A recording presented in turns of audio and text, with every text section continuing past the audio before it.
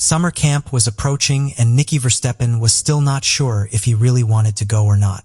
The year before, he did not go because he was scared of getting homesick and his parents supported his decision to stay back home. Nicky Verstappen preferred to spend summers at home in the town of Haight in the south of the Netherlands. That way he could always go to visit friends, play games with his younger sister, Fem, Kay, or cuddle and love up to his dog. He would always miss his dog anytime he left home for the summer camp. In the summer of 1998, even though Nicky Verstappen felt unsure about going to summer camp, he still felt that he had to go. He felt he was not 10 years old anymore, he was 11 years and was growing up. After he told his mother that he was not too sure about summer camp, she encouraged him and said that once he was there, he would have a lot of fun. Since his best friend was going too, Nicky felt everything would be okay. After concluding to go, Nicky Verstappen began to pack his necessities, not forgetting to include his favorite red and white pajamas, which was an official merchandise Ajax, his favorite soccer team from Amsterdam. It was gifted to him as a Christmas present because of his love for anything that had to do with Ajax logo and colors.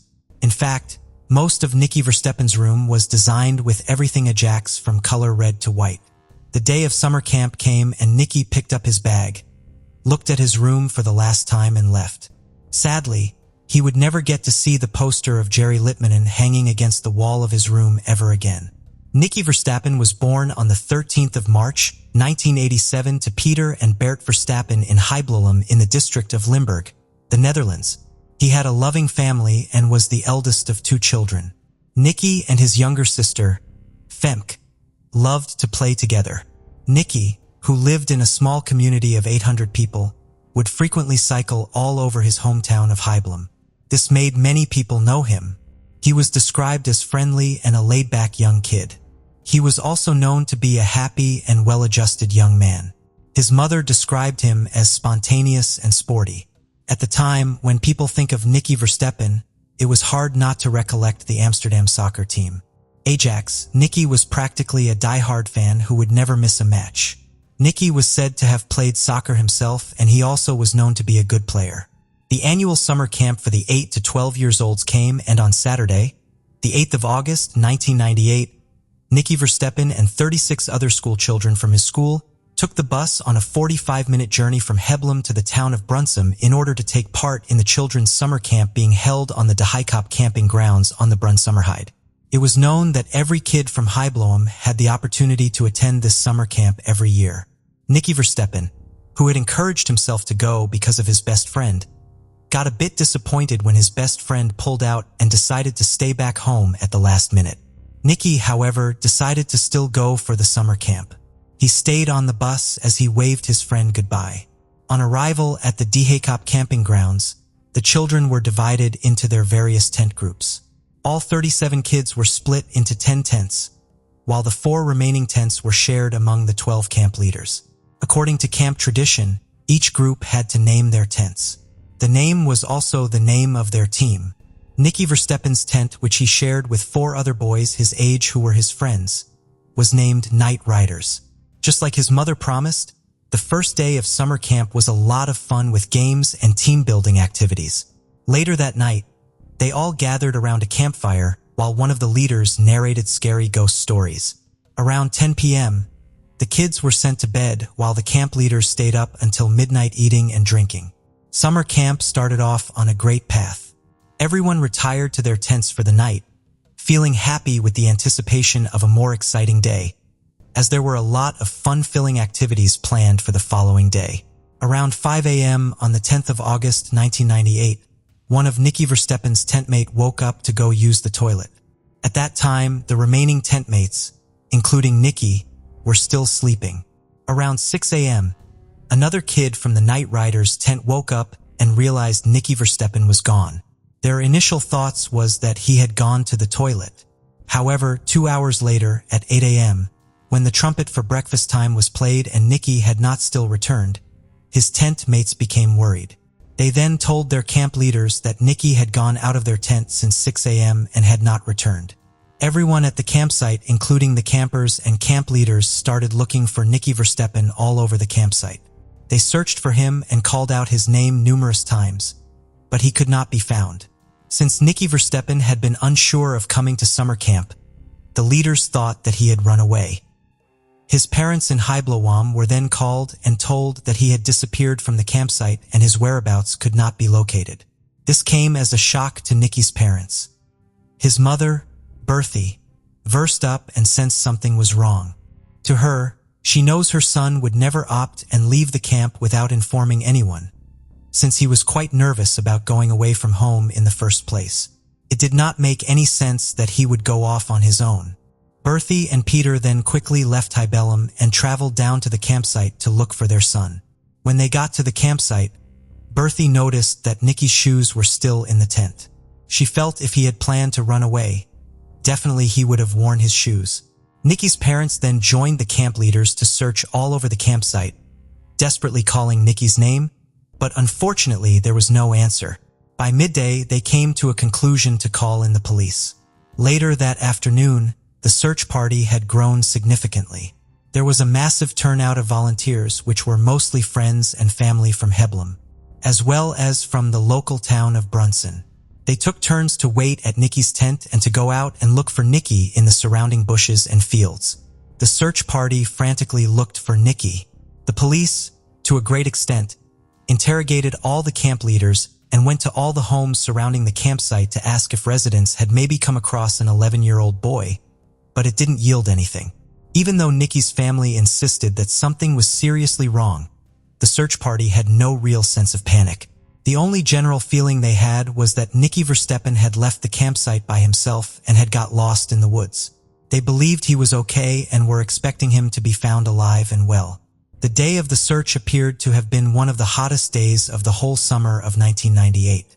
It was 95 degrees and it made the search even more exhausting. Camp leaders took turns to look for Nicky, while others kept the kids at the campsite occupied with activities. In the evening, armed forces were contacted to join in the search, while the kids were sent to their tents like nothing happened. While they slept, the military vehicles and searchers frantically called out Nicky's name into the darkness of the night. By the next morning, on Tuesday, Nicky was still nowhere to be found, so the camp leaders felt there was no need for camping anymore if one of them was lost. They then decided to cancel the camp. Every kid was placed in a bus and taken back home to Haight, while the search party intensified their search efforts. The more they searched for Nicky Verstappen, the more it became clear that he didn't run away. The police used their dogs for the search as well, and an aerial search of the campsite was done using a plane. All efforts to find Nicky yielded no results, and by sunset, the search party was running out of daylight. Finally, around 9 p.m. on Tuesday, August 11th, 1998, Nicky Verstappen's uncle, who was part of the search party, noticed something laying underneath a small pine tree. On getting closer, he saw the lifeless body of 11-year-old Nicky Verstappen. Nicky was found in a pine grove on the Schindveldug in Landgraf, less than a mile away from the campsite. He was wearing his red Ajax pajama pants and blue underpants and was naked from the waist up. His pajamas pants, which he got as a Christmas present from the previous year, were turned inside out and the front was placed to the back. Nicky had sustained a wound to his head, but at first glance, the wound did not look serious enough to have caused his death. Even though he was found in a pine grove, close to farmlands and bushes, Nicky's feet were clean. He seemed like he did not walk to the place where he was found. People believed that he was killed somewhere else, and his body was carried down to the place he was found. The spot Nicky Verstappen was found was near a parking lot that was known for where homosexual men would meet for secret sex. Aside that, movement around that area was limited. By midnight, Nicky Verstappen's body was taken to a mortuary in Maastricht, about 30 minutes away from the campsite. The people of Haight came together to assist Nicky's family in arranging a memorial service for him. The memorial service took place at Haight Sports Fields on Saturday, August 15, 1998, a week after he left home for summer camp. Since Nicky was wildly known in Haight, 600 people attended his funeral. His love for Ajax was recognized at his funeral. His coffin was covered with the red Ajax flag, which was something he would have loved. His family would never remain the same again as they were left in a state of shock and grief. Nicky's parents felt guilty for encouraging their son to go for summer camp even when he confided in them that he was unsure of the trip. Who killed Nicky Verstappen? His family wanted answers and closure. Somebody needed to be held accountable for killing their son and brother, but the police had no leads whatsoever. Seeing that it was unlikely for Nicky to have gone off with a stranger, the police interviewed the camp leaders again. Unfortunately, nothing that could help solve the case was discovered. Nicky's post-mortem examination took place 3 days after his death. Since he was murdered in the summer of the holiday period, Nicky's family had to wait for 2 months before the results of the autopsy was released. According to the autopsy report, Nicky Verstappen was drugged and his body showed signs of sexual abuse. However, medical examiner was unable to determine a cause of death. Due to this, a second autopsy was carried out, and its result had the same conclusion with the first. There was a possibility that Nicky was sexually assaulted, but his cause of death could not be determined. Even though suffocation was suggested as his cause of death, there was not enough evidence to prove it once and for all. Following Nicky's murder, an extensive investigation was carried out, but the case went cold and would remain unsolved for 20 years. The police had to use the evidence they have. Close to the parking lot, about 100 yards from where Nicky Verstappen was found, a tissue containing semen, a cigarette button beer bottle top were retrieved. The forensics then compiled a DNA profile of a person other than Nicky, though it was not definite that the tissue was related to Nicky's murder case, since people often met in the parking lot and have sex in the woods. In 1997, a year before Nicky Verstappen's murder, a DNA database was created at the National Forensics Institute of the Netherlands. At the time, DNA testing was the new forensic technology and tests were a little bit restricted. Also, any DNA testing on the database could only be handled by the prosecutor and not the police. At that time, the police did not have their own database and they did not have first-hand access to the national database without an approval from the prosecutor. This made the process of quickly finding a killer somewhat slow and difficult. During the investigation of Nicky Verstappen's murder, DNA samples of 40 men were taken. The men included camp leaders, some men from a campsite nearby and other male visitors in the area at the time of Nicky's death. However, none of the DNA matched the profile found in the tissue at the crime scene. Even if the retrieved tissue with semen was probably a leftover of a sexual encounter that had nothing to do with Nicky's death, the investigators still could not strike out the evidence. Later in the investigation, there was a glimmer of hope when a single hair, similar in color to that of Nicky's, was found in the trunk of a car which belonged to one of the camp leaders. After the hair sample was sent to the UK for DNA testing, it was however discovered that it did not belong to Nicky. Immediately, the autopsy results were out. The first person of interest was Joe Barton, an 80-year-old founder of the camp Nicky and his classmates went. Joe Barton was the former principal of Nicky's school in High Blame. He had lost his job after he was convicted of child sexual abuse in the 1950s. During interrogation, he had also confessed that he was near Nicky Verstappen's tent at 6 a.m. on the morning of his disappearance. But he did not go there for Nicky. He said he went there to check on one of the boys who had burned his hand the night before. Joe's Spartan alibi was that when he woke up at 5 a.m., he cleaned his tent and then went to check on the boy who burned his hand, after which he then drove back to Hebloem to attend the funeral of a friend who had died. He claimed to have heard about Nicky Verstappen's disappearance at the funeral and went straight back to the camp. Joe Spartan was on the police radar for some time, and this was because he exhibited strange behavior during the search for Nicky Verstappen. He kept steering the search in the direction of the place where Nicky's body was found. He also gave the information that the parking lot near the crime scene was a place where men often meet for sex. The police was uncomfortable about Joe Spartan. They decided to look into his background. Even though he was a respected member of his community, he had been convicted for child sexual assault and was imprisoned for 3 months before he was let go and allowed to work with kids again. Several years later, photos of young boys who were shirtless or in their underpants were discovered on him, though there were no proofs that he further molested any male child at the time. However, after Nicky Verstappen's death, a 15-year-old girl came forward and said that she had every reason to believe Joe Barton had sexually molested her when she attended summer camp earlier that year in 1998. She claimed she was unwell one evening and Juz Barton had given her medication that turned out to be sleeping drugs for adults. She said when she woke up, her clothes were messy and different from the way they were when she went to bed. The girl also claimed to have experienced lower abdominal pain and discomfort. The police could not do anything about her confession since she did not report the incident earlier. After much interrogation, Juz Barton could not be arrested due to lack of sufficient evidence to pin him to the kidnapping and murder of Nicky Verstappen. A reward of 250,000 guilders was offered for any lead that could bring the suspect to justice. As time went, Nicky's family became frustrated as they sensed lack of urgency in solving their son's murder. They resorted to a well-known television crime reporter at the time, Peter Davries, and asked him to help them to solve the mystery surrounding their son's death. Peter Davries agreed to help them look into the case. Over the years, his involvement in the case turned out to be a salvation for Nicky's family. Peter Davries launched a campaign on behalf of the Verstappen family, and the reward money was doubled to 500,000 guilders by unknown business people. In April 1999, the first in-depth documentary about Nicky's murder case was broadcast nationally. The documentary talked about Juz Barton's child sexual assault in the past. It brought up questions like, why was he allowed to work with children after being a convicted sex offender? The documentary seemed to put pressure on the police to investigate Juz Barton further. This divided the small community of Haight. Nicky's case threatened to tear the community apart. While some people wanted to protect the founder of the camp, some people supported Nicky's family in their quest to find out the truth, even if it meant asking confronting questions. As time went by, majority of the people in Haight chose to stay away from Nicky's family.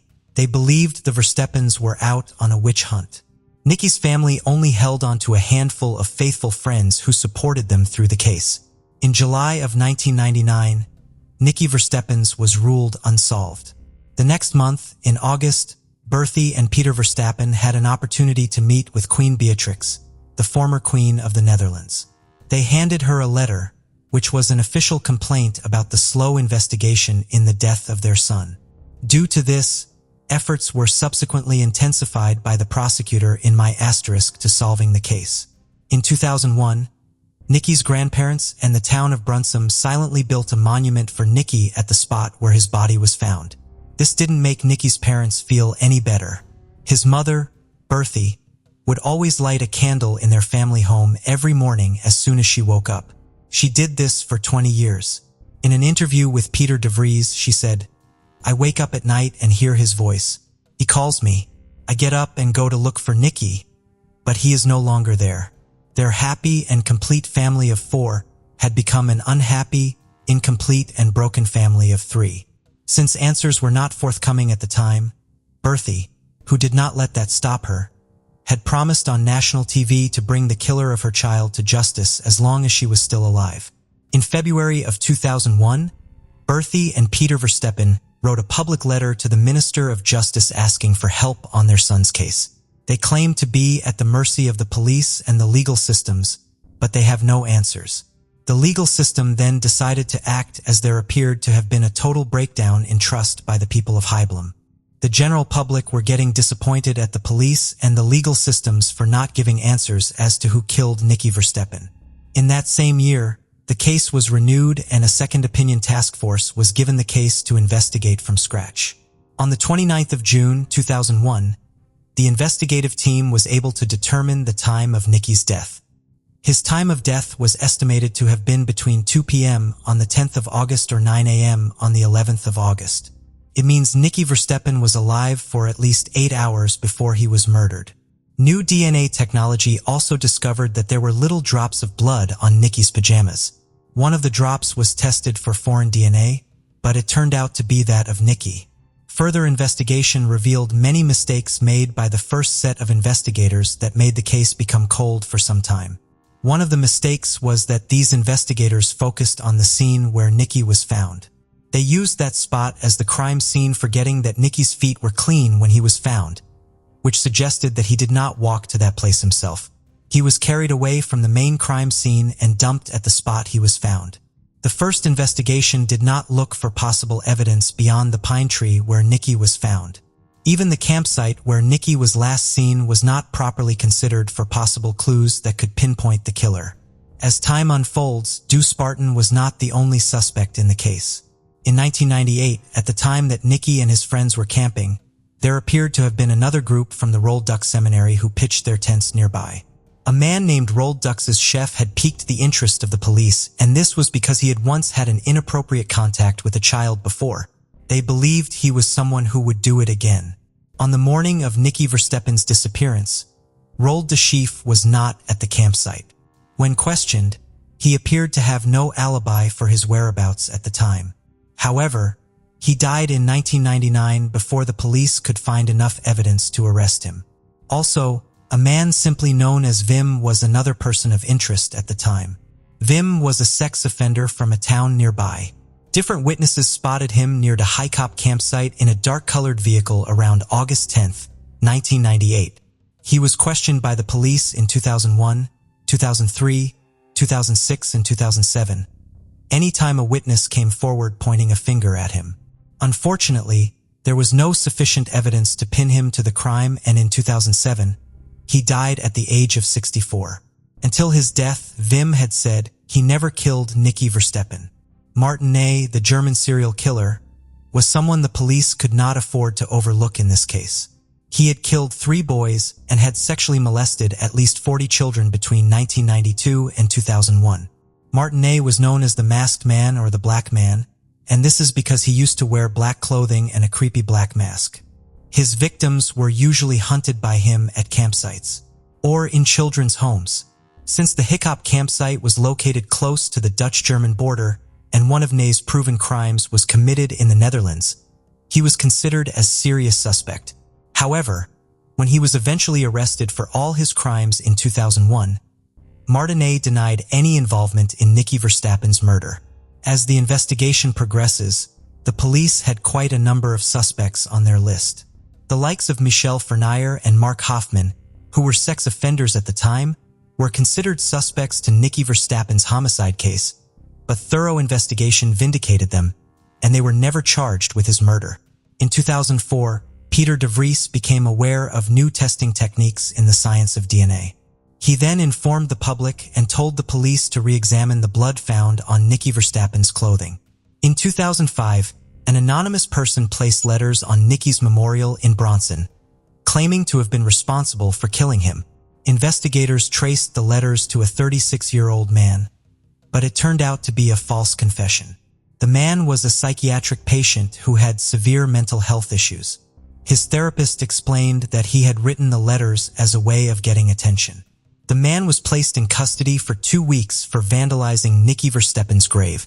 In 2008, when it seemed like all hope was lost, detectives announced that foreign DNA had been found on Nicky's pajamas pants and his underpants. Previous suspects in the case were all retested, but there were still no matches to the DNA found.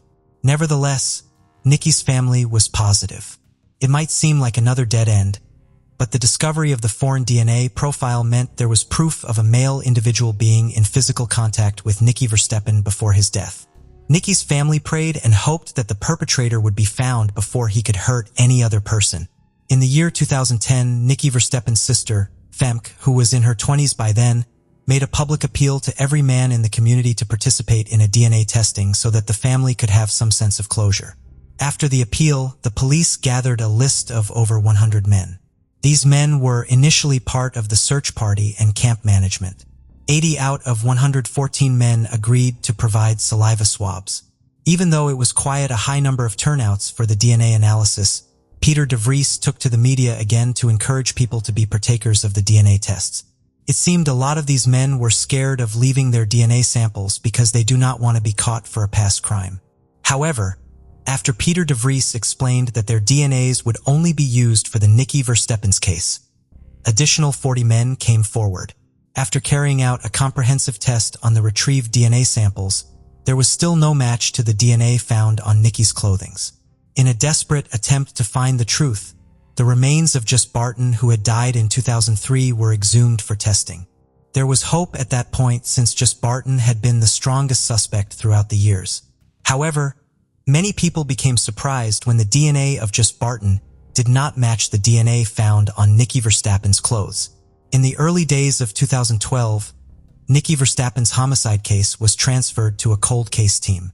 The new investigators went through Nicky's case file from the very beginning to end. After that, they located a group of 1,500 males, all of whom had ties to the region near the campsite where Nicky Verstappen was last seen. The individuals on the list were either camp employees, residents of the neighborhood, or officially charged sex offenders. But once again, they were out of luck. The police did not give up easily. They renewed their request for public assistance in 2017.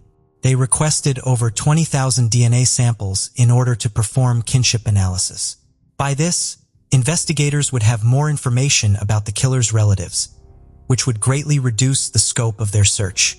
In the long run, only 15,000 volunteers participated. However, the size of this DNA dragnet operation was unprecedented in Dutch history. Given that there was nothing more to be done, it was a long shot but also the last option. Bulk DNA sweeping is a significant project and numerous ethical issues have been brought up in relation to it. Most people believe that cooperating was a no-brainer if they had nothing to conceal, and their DNA profile may help investigators identify the killer of a young child. Authorities sent mails to all the men requesting new DNA samples. Police would attempt to persuade them to assist if there were no answers from them by visiting them at home. One of the men, named Jos Breck, who was supposed to provide a sample, did not show up. 2 police officers went to his house, but he wasn't there. The man, according to his relatives, traveled to France in February of 2012 and did not return. Jos Breck's family reported him missing in April. He had vanished from his home and presumably ran away before the police could find him and extract his DNA. Authorities investigated this man's past to learn who he was because they had concerns about him. When Nicky Verstappen was killed, Jos Breck was 35 years old. He resided in Simpelveld with his mother, which is about 12 miles from the campsite. He was a committed scout member and frequently served as a camp leader as well. He had also spent some years providing childcare in Brunsum. He had once been involved in a case of sexual abuse of 2 10-year-old boys in 1985. Despite making a confession to the crime, he was not found guilty. He only got a 2-year probationary period and his name was never added to the list of sex offenders. That was why he evaded detection when local police conducted a DNA search of all sex offenders. His name was never mentioned. On August 10, 1998, Jos Breck was in the immediate area of Nicky's disappearance. Around midnight on Tuesday, August 11, 1998, police stopped him while he was cycling on a road close to the crime site. Few hours before he was seen by the police, Nicky Verstappen's corpse had just been discovered, and at the time the police saw Jos Breck, Nicky's body was being transported from the campsite to Maastricht for the autopsy. When the cops questioned him about why he was out cycling at that time, Jos Breck responded that he was delivering letters to scout members because it was too hot to have done so during the day. The explanation seemed reasonable to the officers because that particular day had been very hot. However, when he was questioned later during investigation, he provided a different explanation. Child pornography was discovered on his personal computer in August 1998, the same month when Nicky Verstappen was murdered, but once again, Jos Breck only got a warning. One of the 15,000 DNA samples provided to authorities during the bulk DNA search in 2017 revealed a close match to the foreign DNA found on Nicky Verstappen.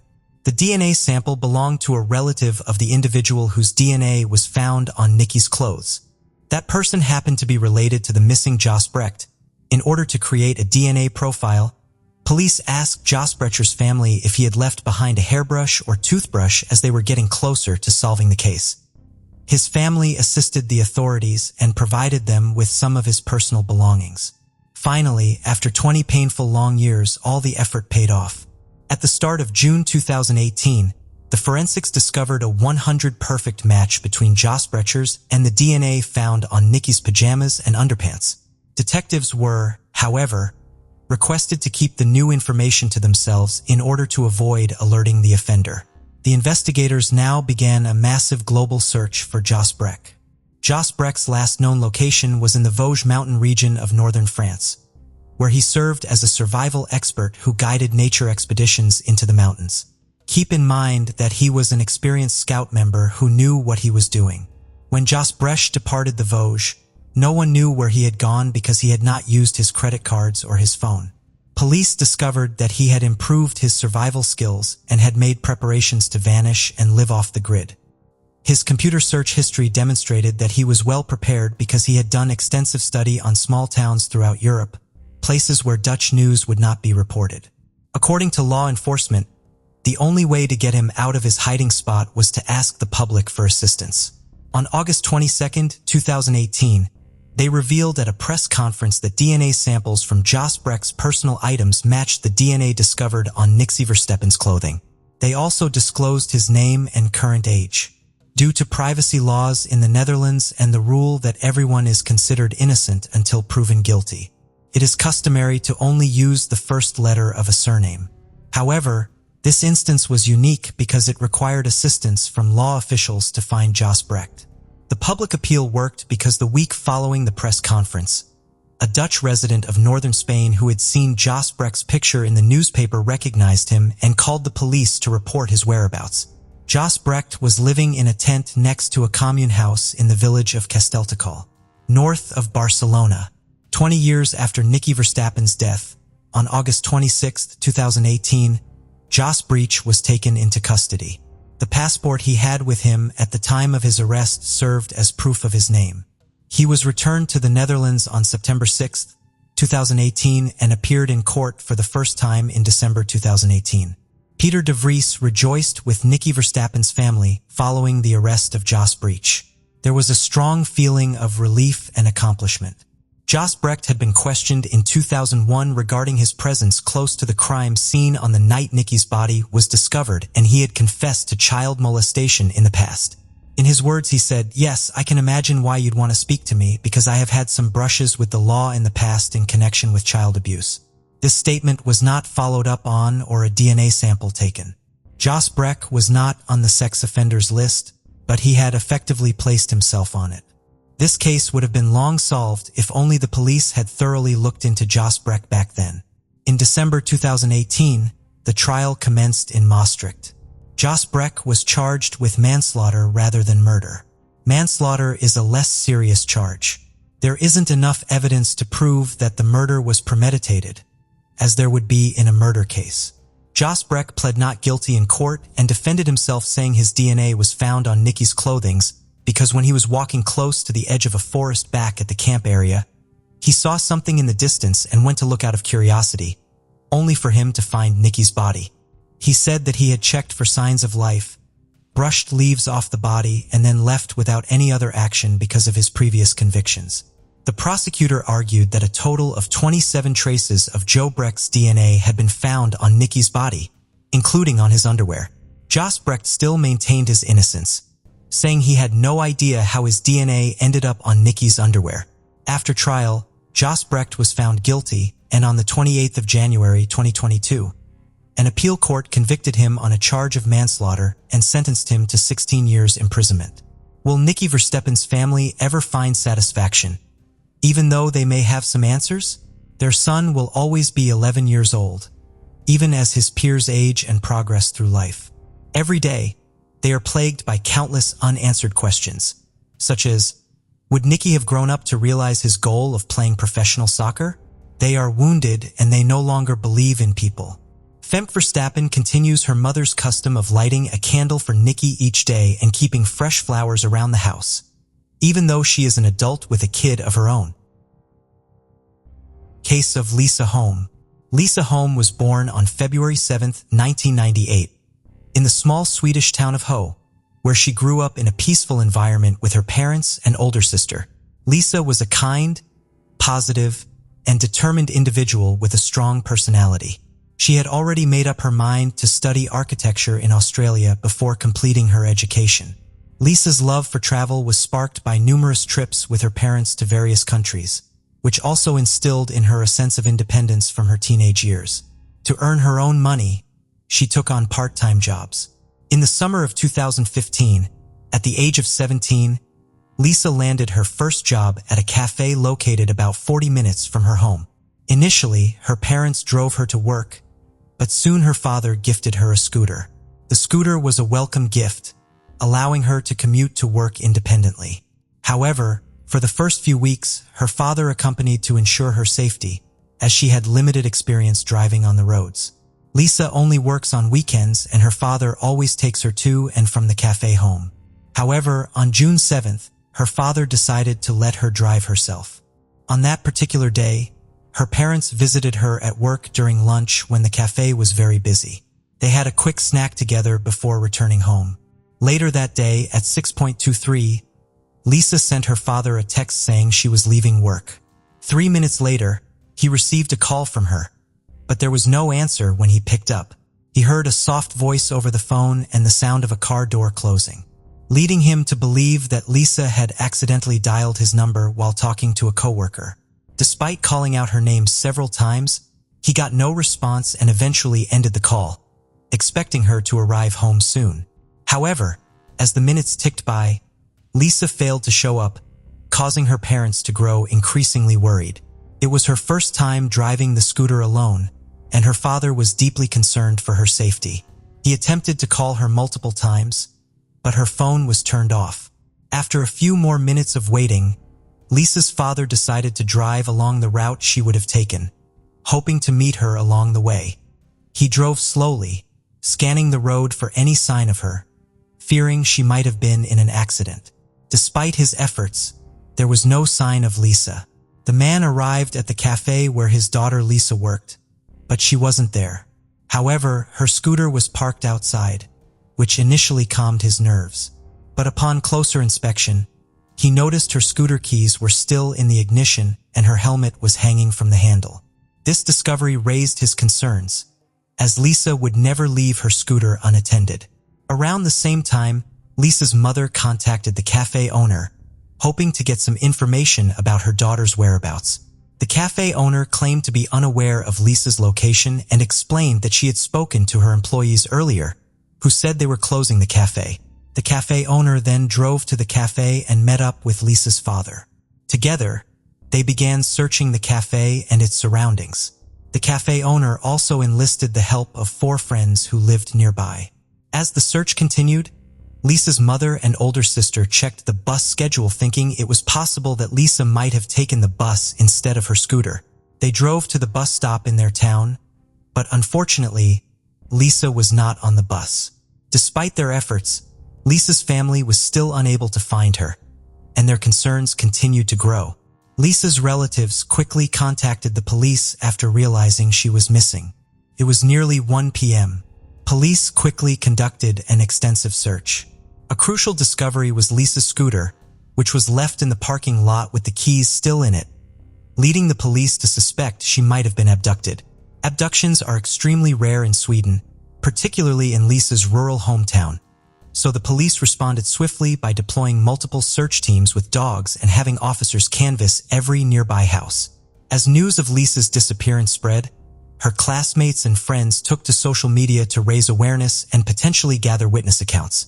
Despite the overnight search, no progress was made. On Monday morning, the police publicly announced Lisa's disappearance and urged anyone with information to come forward. Around the same time, a man working at a barn across from the cafe found a motorcycle glove on the floor and reported it to the police. Detectives re-examined a barn previously inspected on the evening of Lisa's disappearance and discovered a glove. They presented the glove to Lisa's parents, who identified it as their daughter's, providing further evidence for the abduction theory. Police have stepped up the search by sending additional personnel and equipment to assist. By then, Lisa's disappearance had made national headlines, drawing hundreds of volunteers to the search. On Tuesday, the police received multiple leads. A group of volunteers searched a dirt road near the cafe, finding a phone case, receipt, ticket, and broken smartphone screen. After discovering these items, investigators confirmed that they all belonged to Lisa, so they concentrated the search in that area. Further investigation yielded additional parts of the broken smartphone, Lisa's ID, and more receipts. These items were all scattered along the same dirt road, increasing the police's certainty that Lisa was indeed a victim of abduction.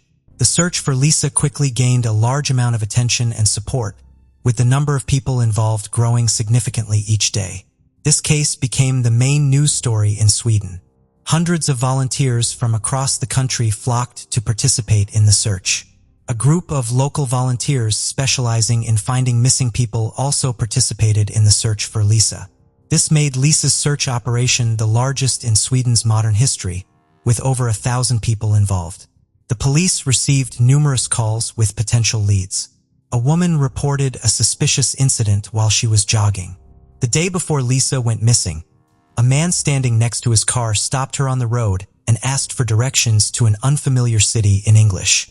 When she tried to help him using Google Maps, the man asked her to get into his car to show the route on his navigator. The woman found this request suspicious and refused, continuing her jog instead. The woman shared a crucial detail with the police. She believed she had seen the man before, among the workers repairing a barn across the road from the cafe where Lisa was last seen. On the day Lisa went missing, her co-workers noticed something unusual. A witness saw two men standing across the road from the cafe, stared at the shop. Although the witness didn't think much of it at the time, but she shared this detail with the police after Lisa's disappearance. The following morning, Lisa's father and some friends searched the dirt road where her belongings were found.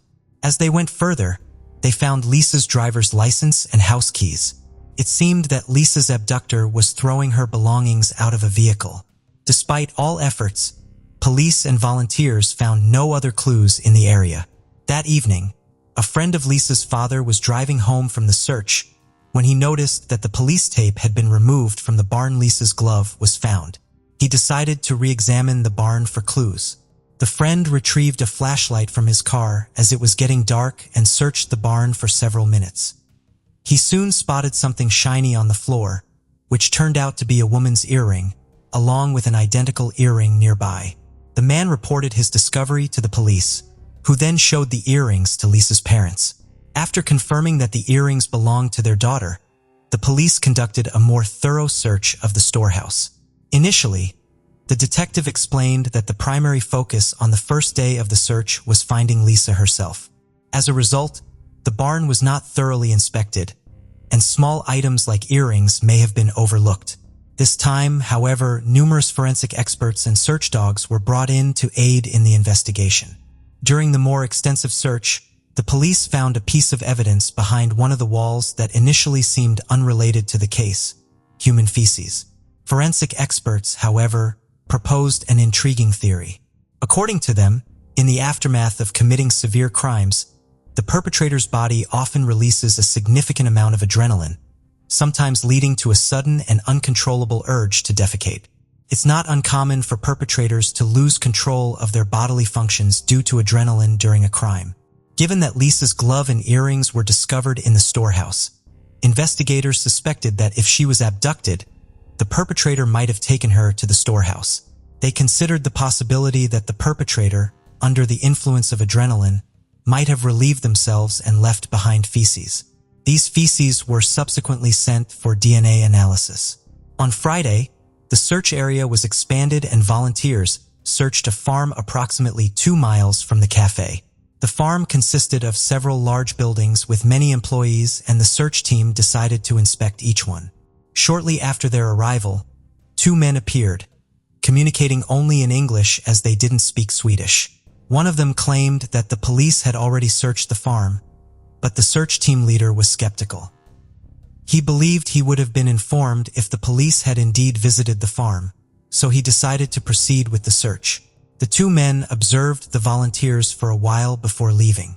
About an hour later, the search team discovered a pile of branches behind the cow sheet. Upon closer inspection, they found a motorcycle helmet, jacket, and headphones hidden underneath. The police swiftly arrived at the scene and confirmed that the items found were indeed Lisa's. To gather more evidence, forensic experts were dispatched to the farm for a thorough investigation.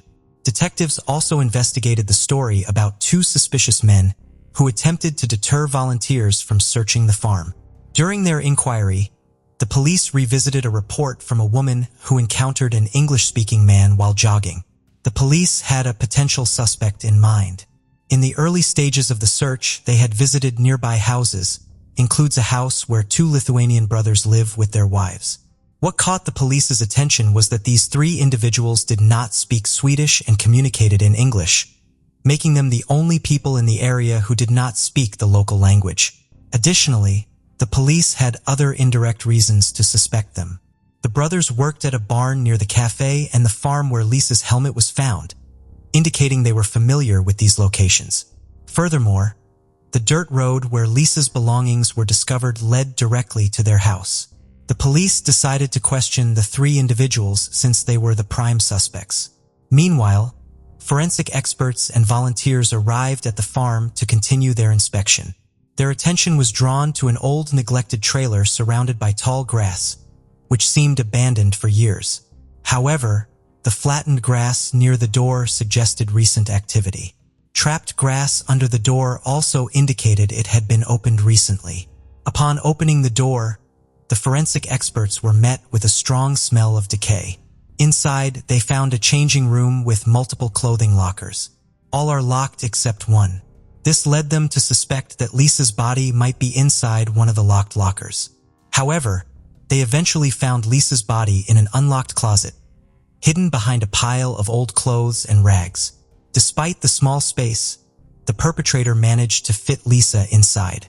A rope was around her neck, and her head was covered with a large amount of tape. Her pants were pulled down, and her shirt was pulled up. Medical experts concluded that Lisa's cause of death was strangulation, with no evidence of sexual assault. Her clothing was sent to the lab for further examination. As news of her body's discovery spread rapidly across the country, the case had already been making headlines in Sweden. The brutality of Lisa's murder shocked the entire nation, as such crimes were extremely rare in Sweden. A strange and disturbing discovery was made on YouTube the same day her body was discovered. A video titled 13 featuring a countdown timer had been posted 13 days before the murder. What makes this video scarier is that it was uploaded to a channel called Lisa Holm. News of the video spread quickly through the media, leaving many people stunned by the series of coincidences. Some speculated that the murder had been predicted, but it was later revealed that the channel name and video title had been changed after Lisa's body was discovered, explaining the eerie coincidence. This has raised concerns that this could be a joke or an attempt to create another conspiracy theory. Meanwhile, the police worked day and night tirelessly to catch Lisa's murderer and solve the case as quickly as possible.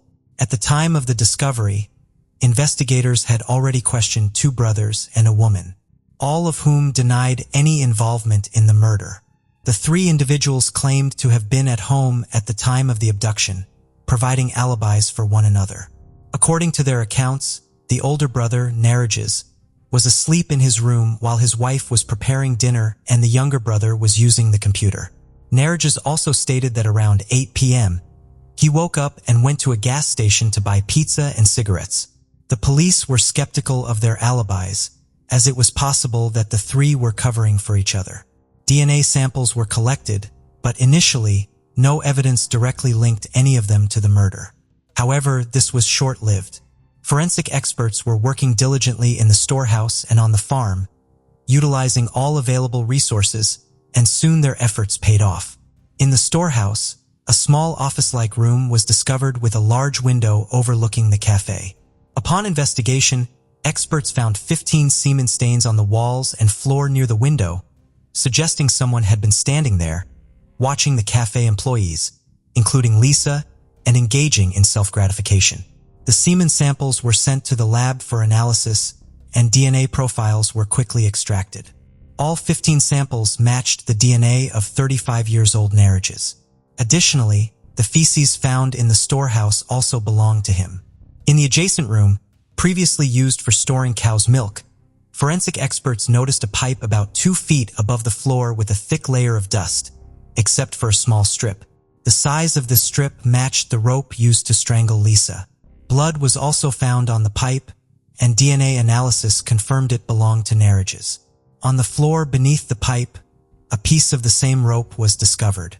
Experts analyzed it and found 2 DNA profiles, Lisa's and Narges's. This discovery was an important clue for the police. This indicates that the rope used to kill Lisa was related to Narges. A crucial piece of evidence was discovered in the room where Lisa's body was found, a hair belonging to her. Further investigation revealed DNA traces from Narrage's on Lisa's jacket, leading the police to believe she was killed in that location. Police have been studying the evidence and using it to piece together what might have happened. Narrage's had been watching the cafe for some time and waited for an opportunity to strike. When Lisa was alone in the parking lot, he approached her, possibly asking for directions or using another tactic to gain her trust. He may have then asked her to get into his car to enter the route into the GPS system. Given Lisa's kind nature and willingness to help others, it's likely she agreed to help him. Once she was in the car, Narrage's taped her mouth shut and drove her to the storehouse. There, he bound her with a rope. According to medical experts, the killer's adrenaline rush at the scene may have caused him to lose control of his bodily functions, resulting in defecation on the floor. After Lisa's death, the perpetrator placed her body in the car and drove to the farm, discarding her belongings along the way. He then hid her body in the trailer locker, covering it with old clothes. The entire ordeal, from abduction to hiding the body, took the perpetrator less than an hour. Narrage's maintains his innocence despite mounting evidence against him. His wife and younger brother were released due to lack of evidence and promptly returned to their home country, Lithuania. The trial preparations were intense, with Narrage's claiming his DNA was found at the crime scene because he had worked in the storehouse for a long time.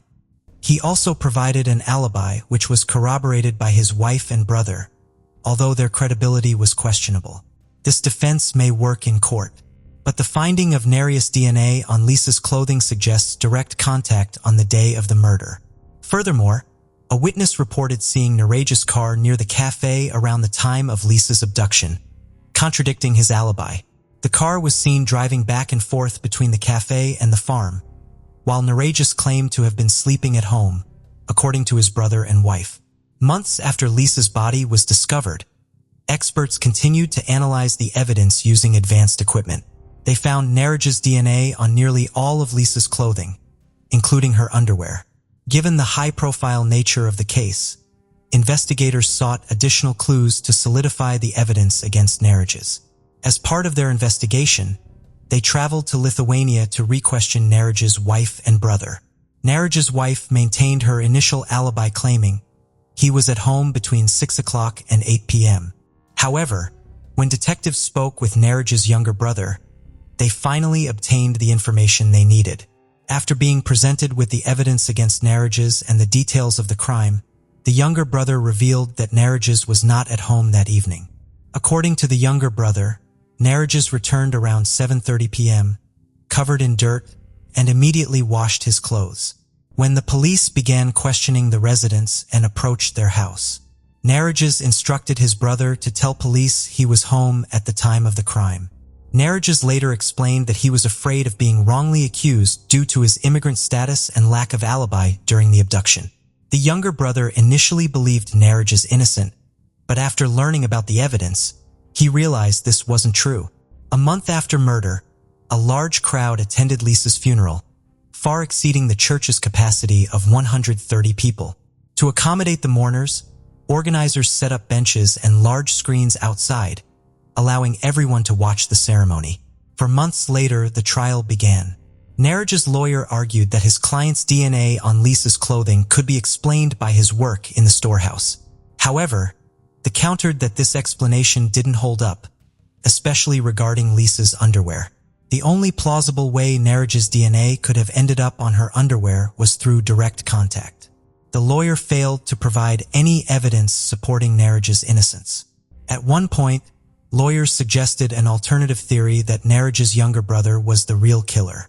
The lawyer failed to address the possibility of DNA manipulation during the trial, which lasted a month and resulted in Narrage's being found guilty of murder. He was subsequently sentenced to life imprisonment in a high-security Swedish prison, which offered relatively comfortable living conditions. Narrage's lawyer attempted to appeal the verdict but was unsuccessful. In 2017, Narrage's made a surprising decision when he requested to be deported to a prison in Lithuania. Despite Lithuanian prisons being notoriously worse than Swedish ones, the court granted his request, probably because it would result in substantial cost savings for Swedish taxpayers. It did not take long to understand the reason behind Marriage's decision. He appealed to the Lithuanian court and successfully had his sentence reduced from life to 15 years. However, this victory was short-lived as the court later overturned the decision, reinstating his life sentence. Unfortunately for Marriages, he was now stuck in a Lithuanian prison, with no chance of returning to the more comfortable Swedish prison. In August 2022, 5 years after his initial imprisonment, Marriages has been transferred to another prison in Lithuania, where he encountered another life-threatening situation. During a block transfer, an inmate attacked Marriages with a shank, causing severe injuries that ultimately led to his death on the way to the hospital. Regarding Marriages, the question of her involvement in the crime remains unclear. Although police believe it is highly unlikely that she was directly involved in the abduction or murder, they do not rule out the possibility that she may have been aware of her husband's actions and provided a false alibi to help him. If she had been directly involved, experts would have likely found her DNA on Lisa's clothing or belongings. Additionally, Marriage's younger brother has raised suspicions. Cafe employees reported seeing two men, likely Marriages and his younger brother, standing near the barn and watching the employees.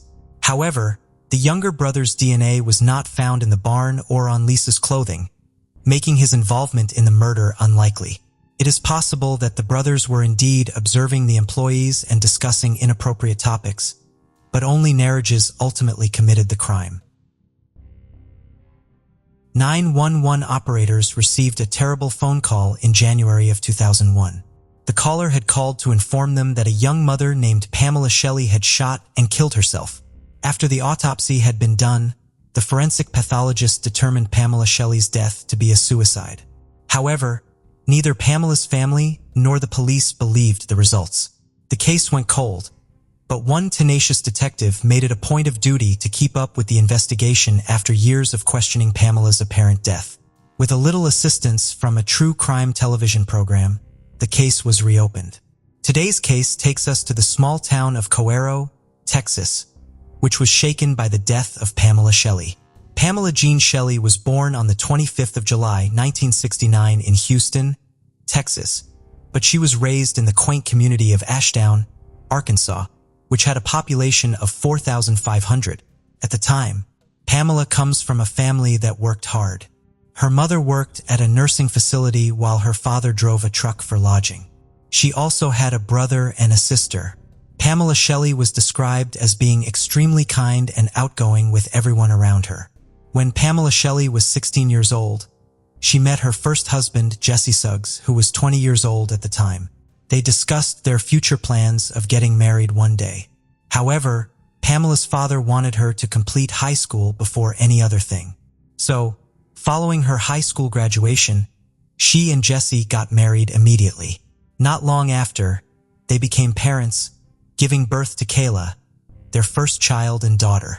Just 4 years into their marriage, Pamela and Jesse began to have problems. Jesse frequently used narcotics to get high, and eventually his drug problems caused him to lead a life of crime. Pamela and Jesse had an on-and-off relationship for a while before finally getting a divorce. In the summer of 1991, Pamela Shell got married to another man by the name of Gary. They conceived a child they named Dustin.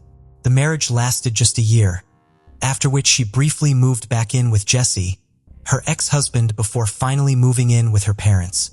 Some years later, Pamela Shell reconnected with Ronnie Hendricks, a childhood acquaintance. She and Ronnie always seemed to click, but they hadn't spoken in over a decade. After they rekindled their relationship, Ronnie proposed to her and invited her and the kids to come live with him in Cuero, Texas, to which Pamela agreed.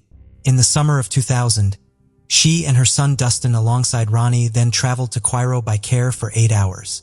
Pamela's daughter, Kayla, was to join them few months later. The family of Ronnie Hendricks resided in Cuero, Texas. According to Ronnie's mother, Deborah, everything was going well with them until Kayla moved in. She said, Kayla altered the entire dynamic in the house, making her son Ronnie to frequently get into an argument with her because he would always push her to assist around the house. Deborah and Ronnie claimed that Kayla also insisted on her and her mother returning to Arkansas so she could be with her father. Ronnie and Pamela became at odds virtually every day until horror struck on the 6th of January 2001. Ronnie Hendrick claimed he was on the porch of their home on the 6th of January 2001 when he heard a gunshot from inside. At exactly 5 o'clock, he dialed 911 and not long, the DeWitt County Police arrived at the scene. On getting inside, the police and the EMTs found Pamela Shell unresponsive on the bathroom floor. Her right temple had been shot, the gun was on the counter, and there was blood all over. Ronnie Hendrick was informed by the EMTs that it would take them an hour to reach the closest hospital. Ronnie promised to accompany them and said he knew how to get there more quickly by taking the back roads. Pamela wasn't in a good state, but she was still alive. However, she was declared brain dead in the hospital on January 7th after being put on life support. Jesse, Pamela's ex-husband, arrived at the hospital and picked up the kids to take them back to Arkansas. The medical examiner determined that Pamela's death was a suicide on January 8, 2001. Given that the gunshot wound made very close contact with the skin, it was established that it was self-inflicted. However, Sheriff Carl Bowen, who was placed in charge of the case, rejected the suicide theory. Sheriff Bowen had a conversation with Jesse Suggs, who confessed that he and Pamela's relationship was quite rough because he couldn't get his act right. When asked when he last saw Pamela, Jesse said they had both shared a bed the night before she went for Texas. He further explained that Pamela had intended to return with his children on January 6th and that he had traveled to Texas to bring them back to Arkansas. Jesse was aware of Ronnie, Pamela, and Kayla's constant issues. As part of the investigation, Jesse agreed to take a polygraph, which he successfully passed. Since Pamela Shell was shot when Jesse was 800 miles away in Arkansas at his mother's house, he was ruled out as a suspect. The next person the investigators had a chat with was Ronnie Hendrick. He told the police that he had been outside on the porch when he heard what appeared to be a gunshot. He then rushed inside and discovered Pamela lying on the floor, bleeding from a head wound. He claimed to have protected 12-year-old Kayla and 9-year-old Dustin from the gruesome scene. Ronnie further acknowledged that Pamela and the kids had packed up their belongings that morning, preparing to return to Arkansas. According to him, Pamela Shell had been depressed over going back to Arkansas. However, the relocation was compelled by family matters, particularly because of the discord between him and Kayla. Ronnie told the police that Pamela didn't want to return, but had to since she was afraid of losing her children. Despite the autopsy results, the investigators were bothered with the case contradictions. They wondered why Pamela Shell packed her whole belongings into a car if she wanted to kill herself. Additionally, Ronnie Hendrick's portrayal of a young woman intent on suicide didn't line up with what authorities knew about Pamela Shell. According to Sheriff Carl Bowen, a former deputy with the DeWitt County Sheriff's Office, Pamela Shell's death may have been the result of an accident or homicide. In order to find answers, officials requested that Ronnie Hendrick undergo a polygraph test, to which he agreed but failed to show up for 3 different appointments. He either postponed or simply failed to show up, before completely disappearing. The investigation was concluded and the case went cold after the medical examiner determined that suicide was the cause of death. However, 7 years after Pamela Shell's passing, Sheriff Carl Bowen decided to re-examine the case because he had never believed it was a suicide. The medical examiner nevertheless was still certain that Pamela's autopsy result was correct. Sheriff Carl Bowen retrieved Pamela's medical records for a proper and thorough examination. It was discovered that Pamela Shell often suffered from stress-induced seizures and she was taking a low-grade antidepressants for it. Sheriff Bowen had a conversation with Kyla, who confessed that Ronnie allegedly attacked her on January 4th, 2 days before her mother was found dead. According to Kyla, Ronnie then attacked her mother and blackened her eyes so bad when she defended her from him. They later visited a hospital. Pamela and the children decided that they would inform the medical professionals that Pamela had fallen into a coffee table. After the incident, Pamela made the decision to take the children back to Arkansas on January 6th, since that was what they genuinely wanted. After this revelation, in 2008, Sheriff Carl Bowen tracked down Ronnie Hendrick at the county jail. Ronnie had been taken into custody after hitting his girlfriend. He was then asked to retell the incident that occurred on the 6th of January 2001. The police noticed inconsistencies with his stories. He was also asked to take a polygraph exam, which revealed that he was being deceptive. The investigators knew something was fishy, but they didn't have enough evidence to prosecute Ronnie for Pamela's murder. The case, however, went cold again until 4 years later in 2012, when a TV show that investigated cold cases chose to look at Pamela Shell's case. They sought to examine the gun for DNA and fingerprints. The revelation of the results was startling. Despite the fact that the gun was Ronnie's, neither Pamela nor Ronnie's DNA was found on it. Now, the police and TV program thought the pistol had been cleaned of any form of DNA. At this point, Sheriff Carl Bowen was getting assured that Pamela didn't commit suicide.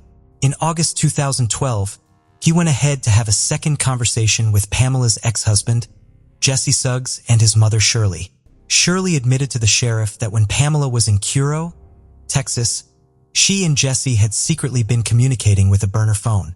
When asked if she believed Pamela had killed herself, Shirley declared that she believed Ronnie Hendricks was the one who had shot her. According to Jesse Suggs, he and Pamela had a phone conversation just 30 minutes before she was shot. He claimed to have heard Ronnie enter the room, grabbed the phone, and told Jesse that the only way Pamela would be returning home to Arkansas was in a pine box. These revelations were becoming shocking and a motive was established. The detectives had what they needed to go to a grand jury. The medical examiner soon changed Pamela Shell's cause of death from suicide to undetermined after learning about Ronnie Hendricks' abuse towards Pamela Kyler and other women he had dated. This development is coming 11 years after Pamela Shell had passed away. In the fall of 2012, Ronnie Hendrick was charged with Pamela Shell's murder. Finally, 12 years after Pamela's death, Ronnie pleaded guilty and was sentenced to 22 years in prison. Michael Haight was born on January 7, 1980 in Seattle, Washington, and later moved to Cedar City, Utah with his family after his father finished dental school. As a child, Michael was very active and enjoyed playing sports like baseball, basketball, and soccer. He also excelled in school and achieved the rank of Eagle Scout. After graduating from high school in 1998, Michael worked at a fish plant in Alaska for the summer, where he quickly proved himself as a leader, rising to the position of line manager and overseeing a team of over a dozen men. This experience showcased his strong work ethic and dedication. Michael then embarked on a mission trip to South Brazil with the Church of Jesus Christ of Latter-day Saints, which deepened his faith and commitment to his religious community. When he returned to the United States, he pursued a business degree at Southern Utah University, graduating in 2004. During his time at the university, Michael met his future wife, Tasha Earle, and they fell in love. They got married in the St. George Temple on May 10, 2003. Michael appeared to be a devoted husband and father, often spending quality time with his family at sports events, school concerts, and working on projects together in the garage. On January 4, 2023, a shocking discovery was made at the Haight residence in Enoch. 8 bodies were found, leaving investigators and neighbors stunned. The events leading up to this gruesome finding began when Tasha Haight missed an online appointment and her husband Michael failed to show up for work. Their concerned colleagues contacted the police to perform a welfare check at the Haight residence.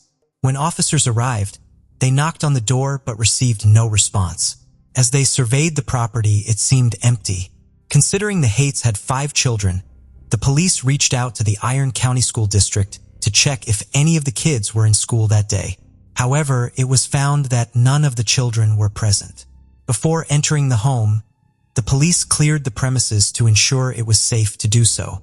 After a thorough search, authorities confirmed that no one required medical attention, and there was no active threat. The Haight's single-story residence with a basement was declared a crime scene, and detectives arrived shortly after. In the main bedroom, detectives found 4-year-old Gavin lying on his stomach. His head turned to the left, with one arm under his head on a pillow and a blanket covering part of his body. Tasha, Gavin's mother, was also partially covered by the blanket. On the other side of the bed, detectives found an older woman, later identified as Gail Earle, Tasha's mother, lying on her back with her head resting on a pillow and partially covered by a blanket, similar to her daughter and grandson. In Bree's room, the 12-year-old girl was found lying in bed, slightly inclined and partially covered with a blanket. In Amon's room, a 7-year-old boy was found lying face down in the corner, without a pillow or blanket. His twin sister Sienna was discovered in her bedroom, lying on her left side in bed, with her head on a pillow and covered with a blanket. The eldest child, 17-year-old Macy, was found in her bed, with her head on a pillow and her body covered with a blanket. In the exercise room of the basement, the detectives found Michael Haight lying on top of a sleeping bag. Sadly, all 8 family members were found dead from gunshot wounds. It quickly became clear to the detectives that Michael Haight was the main suspect, and they believed he had killed his wife, mother-in-law, and 5 children before taking his own life. When detectives started investigating, a neighbor provided vital information that helped them reconstruct the crime's timeline. The neighbor told police she woke up at 3:30 a.m. to use the bathroom, and as she left her room, heard a loud bang that sounded like fireworks. However, realizing it was after the allowed date for fireworks in the neighborhood, she felt annoyed rather than alarmed by the noise. The neighbor reported hearing an initial loud bang, followed by 2 more in quick succession, then a short pause, another bang, and a longer pause before the final bang. Based on this testimony and the condition of the 8 bodies found inside the house, the detective inferred that the loud noises heard around 3:30 a.m. were directly connected to the events that unfolded that night, leading them to believe that Michael Haight committed the brutal killings during this time frame. During the investigation into the Haight family murders, detectives discovered a 2020 report from an unnamed individual who had notified the Utah Division of Child and Family Services about abuse in the Haight household. According to the report, 14-year-old Macy had confided in this individual about her fear of her father, sparking a further investigation. The authorities then interviewed Macy and her parents separately. During Macy's interview, she revealed disturbing information. Her father had choked her on multiple occasions, and she lived in fear of being killed by him. She reported that the violent attacks began in 2017, and recounted an incident where her father grabbed her by the shoulders and pushed her into a wooden piece of furniture. Michael Haight denied hurting his daughter when questioned by detectives, passing off the incidents as misunderstandings and attributing his emotional state to his father's recent death and his brother's divorce. He claimed to have taken out his frustrations on his older daughter. Despite this, Tasha chose not to press charges, and the Utah Department of Children and Family Services, the Enoch Police Department, and the Iron County Prosecutor's Office also declined to pursue the case, as it did not meet the legal requirements for prosecution. A lethality assessment was conducted with Tasha, which indicated that her relationship with Michael was not life-threatening. As a result, victim services were made available to Tasha and her children for several months. Further investigation revealed a different side of Michael, unknown to the community. According to Tasha's friends, they had to speak quietly or turn on the kitchen water when visiting Tasha, as they suspected Michael was monitoring and eavesdropping on their conversations. Tasha's friends would often help her clean the house when they visited, which prevented Michael from finding fault with her. When texting Tasha, her friends noticed that she would respond with brief, positive messages, likely to maintain a positive image in case Michael read them. This suggested that everything was fine in their marriage. The detectives investigating the case discovered that Michael exhibited highly controlling behavior towards Tasha. For instance, he would take away her car keys and phone to restrict her freedom. Another red flag was his overreaction when Tasha bought a $30 rug from Walmart to replace a dirty one, which was a legitimate need. Michael's anger was unwarranted, and he claimed the purchase was excessive. Tasha confided in her friends that her 7-year-old son, Amon, was increasingly imitating Michael's bad behavior. When Tasha gave Amon instructions, he would respond, "That's not my job," which concerned Tasha as it showed his lack of responsibility and disregard for authority. Tasha's friends reported that in 2022, Tasha attempted to prioritize her own well-being by getting her nails done, a rare treat for her given her many responsibilities. However, her husband Michael refused to let her do so, imposing strict limits on her autonomy and freedom. Moreover, Michael frequently disregarded or ignored Tasha's instructions, and their friend Amon often followed his lead in doing so. Tasha felt more confident in her appearance after indulging herself, and she decided to get her nails done every month. However, Michael was unhappy about this decision and expressed his disapproval, worried about the cost. Tasha explained that it would only cost $25 per month, but Michael was unconvinced, arguing that the money could be better spent on their children. Michael's reaction was rooted in his need for control and sense of financial responsibility towards their family. Around the same time, Tasha started prioritizing her self-care and began losing weight, which had been a sensitive topic for her since Michael had often called her fat and ugly. However, instead of being supportive, Michael became furious and accused Tasha of cheating on him, trying to explain the sudden change in her appearance. Michael's controlling behavior escalated as he tried to manipulate Tasha's weight loss, pleading with her to stop losing weight because he was worried that other men might find her attractive. This demand was driven by his own insecurities and desire for complete control over Tasha's body and behavior. Tasha's friends also told the police about an incident where the kitchen table broke, and Tasha needed to buy a new one.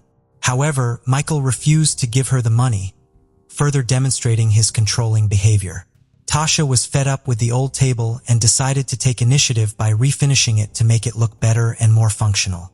However, Michael was unhappy with her decision because she didn't ask for his permission first. Michael was extremely frugal during the holiday season. Despite earning a good income, he only gave Tasha $100 for each of their 5 children to buy presents, which was not enough in Tasha's opinion. Tasha always made sure her children had a wonderful Christmas, but Michael refused to provide more funds, claiming that he worked hard for his money and saw no reason to give more to his family. He believed that his income was rightfully his alone. Michael's passion for reducing waste and conserving resources led him to implement strict rules on household habits. He forced Tasha to wash and reuse plastic bags, even if they had been used only once or multiple times. This excessive demand for reusing bags added to Tasha's responsibilities, leaving her feeling burdened and overwhelmed. Michael's controlling behavior extended to every aspect of Tasha's life, including her daily routines. For instance, he demanded that she use baby wipes for cleaning, claiming it was better for the environment and more cost-effective. However, this requirement caused Tasha discomfort, hygiene issues, and unnecessary stress. If Tasha failed to follow Michael's instructions, she would face severe consequences, which he made clear would lead to serious trouble. This threat instilled fear and submission in Tasha, leaving her no choice but to obey Michael's demands. Natasha confided in her friends that while Michael had been cruel to her throughout their marriage, he had never directed this cruelty towards their children until the late 2010s. However, over time, the abuse towards their daughter Macy escalated, driving her to consider suicide. Michael had unrealistically high expectations for his daughter Macy, demanding she earn perfect grades despite her struggles, which were exacerbated by the emotional burden of his abusive behavior. This pressure was crushing for Macy. Macy's friends shared a disturbing incident with the detective. One evening, Michael returned home to find Macy comforted by her mother. He became enraged and ordered Macy to clean her room. This event left Macy deeply disturbed, remembering the hatred and evil she saw in her father's eyes. The detectives also discovered an incident where 7-year-old Briley disobeyed Michael while playing with a changing table. Michael responded by blaming his wife Tasha for their children's behavior, calling them the worst and most disrespectful in the world. He then humiliated Tasha, calling her fat and ugly in front of their 5 children. This painful incident prompted Tasha to plan her escape and file for divorce after 20 years of marriage. Tasha realized she had to leave her husband Michael after witnessing his abusive behavior and lack of self-control.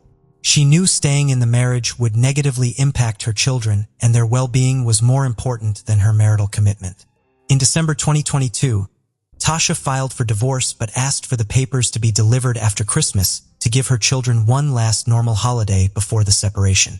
When Michael received the papers, he tried to act normal, but Tasha saw through it. He told her to leave the children behind, but she refused, taking them to her mother's home in Lynn, Utah. Michael showed up at his mother-in-law's house, trying to convince Tasha to go for a ride with him, but she refused, sensing danger. After filing for divorce, Tasha's mother moved in to support her and the children. However, Michael's actions worsened the situation. He refused to leave the family home, instead moving into the basement. Tasha discovered he had secretly transferred $220,000 from their children's savings accounts without her knowledge or consent. She also found that her inherited firearms were missing, leaving her family vulnerable. The couple's children, Macy and Briley, were affected by the constant drama at home. Macy had a secret phone to record her father's outbursts as evidence for the divorce, while Briley found solace at a neighbor's house. Both girls were relieved about their parents' divorce. On January 3, 2023, Tasha met with her attorney, expressing concerns about her divorce and Michael's volatile behavior. Although she had relocated him to the basement, the attorneys pressed her about feeling safe. Tasha reassured them she never feared for her or her children's well-being. But in hindsight, her optimism was tragically misplaced. A disturbing discovery emerged from the digital evidence found on the family's computers and cell phones. Just days before the tragic shooting, Michael made a series of concerning Google searches on December 30th at 10:41 p.m. These searches focused on firearms and shooting-related topics, revealing his sinister intentions. The search results showed Michael had asked alarming questions such as the loudness of a 9mm gunshot and what a gunshot sounds like. Before taking his own life, Michael wrote a note expressing his desire to end the controlling behavior he felt he was subjected to by his wife. He stated that he couldn't handle the situation for another day and wanted to escape the manipulation. Michael's note conveyed deep frustration and desperation as he repeatedly asked for help but felt ignored. He emphasized his determination not to be a burden to society. The details of this case have left many in shock, revealing a deeply dysfunctional family plagued by violence. Michael's actions were premeditated and calculated as he carefully planned the murders to catch his wife and children off guard. 28-year-old Nancy McVey passed away in her home in the Durham community of Washington County, Oregon, on a chilly winter morning in 1983. She was thought to have committed suicide, and there was no suspicion of foul play. The family tried to come to terms with Nancy's passing as the case went cold because it was thought to be a suicide. After 40 years, fresh information surfaced that completely altered the case's trajectory.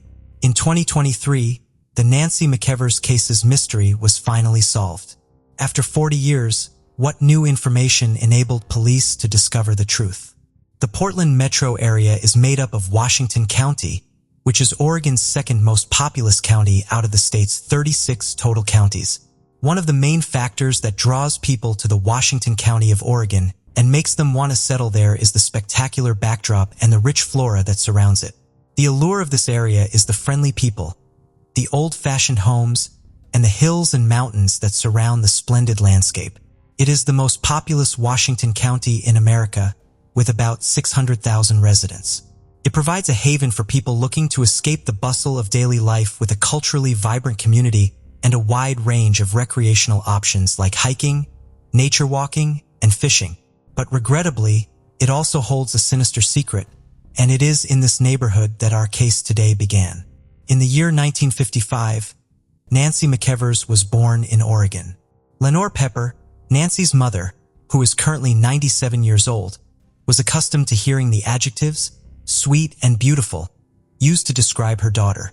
Nancy was described as friendly by everyone, regardless of whether they had known her for years or were just meeting her. Both of Nancy's sisters were very close to her. She was loved by both her younger sister, Diane Grill, and her older sister, Janet Aglitis, because she was the middle child. Between her mother and the sisters, she frequently served as a mediator. People enjoyed interacting with Nancy and spending time with her because of her loving, caring nature and outgoing personality. Her maternal instincts were very strong, and she had always been the most compassionate of her sisters. She consequently loved being a mother after she married Randall Randy McVey and gave birth to a son.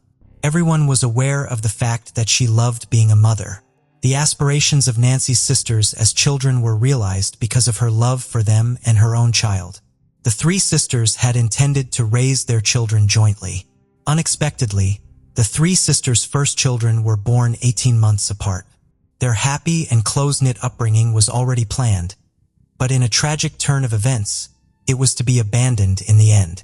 It was a chilly winter morning in the stunning Washington County of Oregon. On January 2, 1983, police received a call from Randall McEvers at 10:38 in the morning. Randall appeared to be inconsolable over his wife's suicide. Deputies from the Washington County Sheriff's Office arrived at the 17300 block of Southwest Rivendell Drive in Durham, a neighborhood that had joined Washington County after 1983 but had not previously been a part of it. The body of Nancy McEvers with a gunshot wound to the head was discovered by the police. Despite the seriousness of the wound and the odds against Nancy surviving, paramedics sped to transport her to a nearby hospital. By merely looking at her, she was almost immediately declared dead. Nancy McEvers' death was determined to be a suicide. At the crime scene, a Smith & Wesson revolver was discovered and taken by the detectives. Inconsistencies on what might have happened to Nancy didn't emerge until after the police began questioning suspects. Only Nancy had been at home during the alleged suicide, along with her 30-year-old husband, Randall, and their 1-year-old son. The crime scene led the investigators to wonder whether Randall had witnessed the suicide or if it took place in a closed area. To make a progress in the investigation, the police needed to wait for the forensic reports. The Nancy McEvers case proved to be much more complicated than the police had anticipated once they received the reports. It didn't take long for investigators to realize there was something else going on in this case after the autopsy report, forensic tests, and ballistic tests were done. The crime lab of the Oregon State Police quickly determined from the medical reports that the case could not have been a suicide. There were far too many irregularities. It is possible to detect gun residue on someone's hands and clothing by taking samples and processing them to look for fused lead, antimony, or barium particles.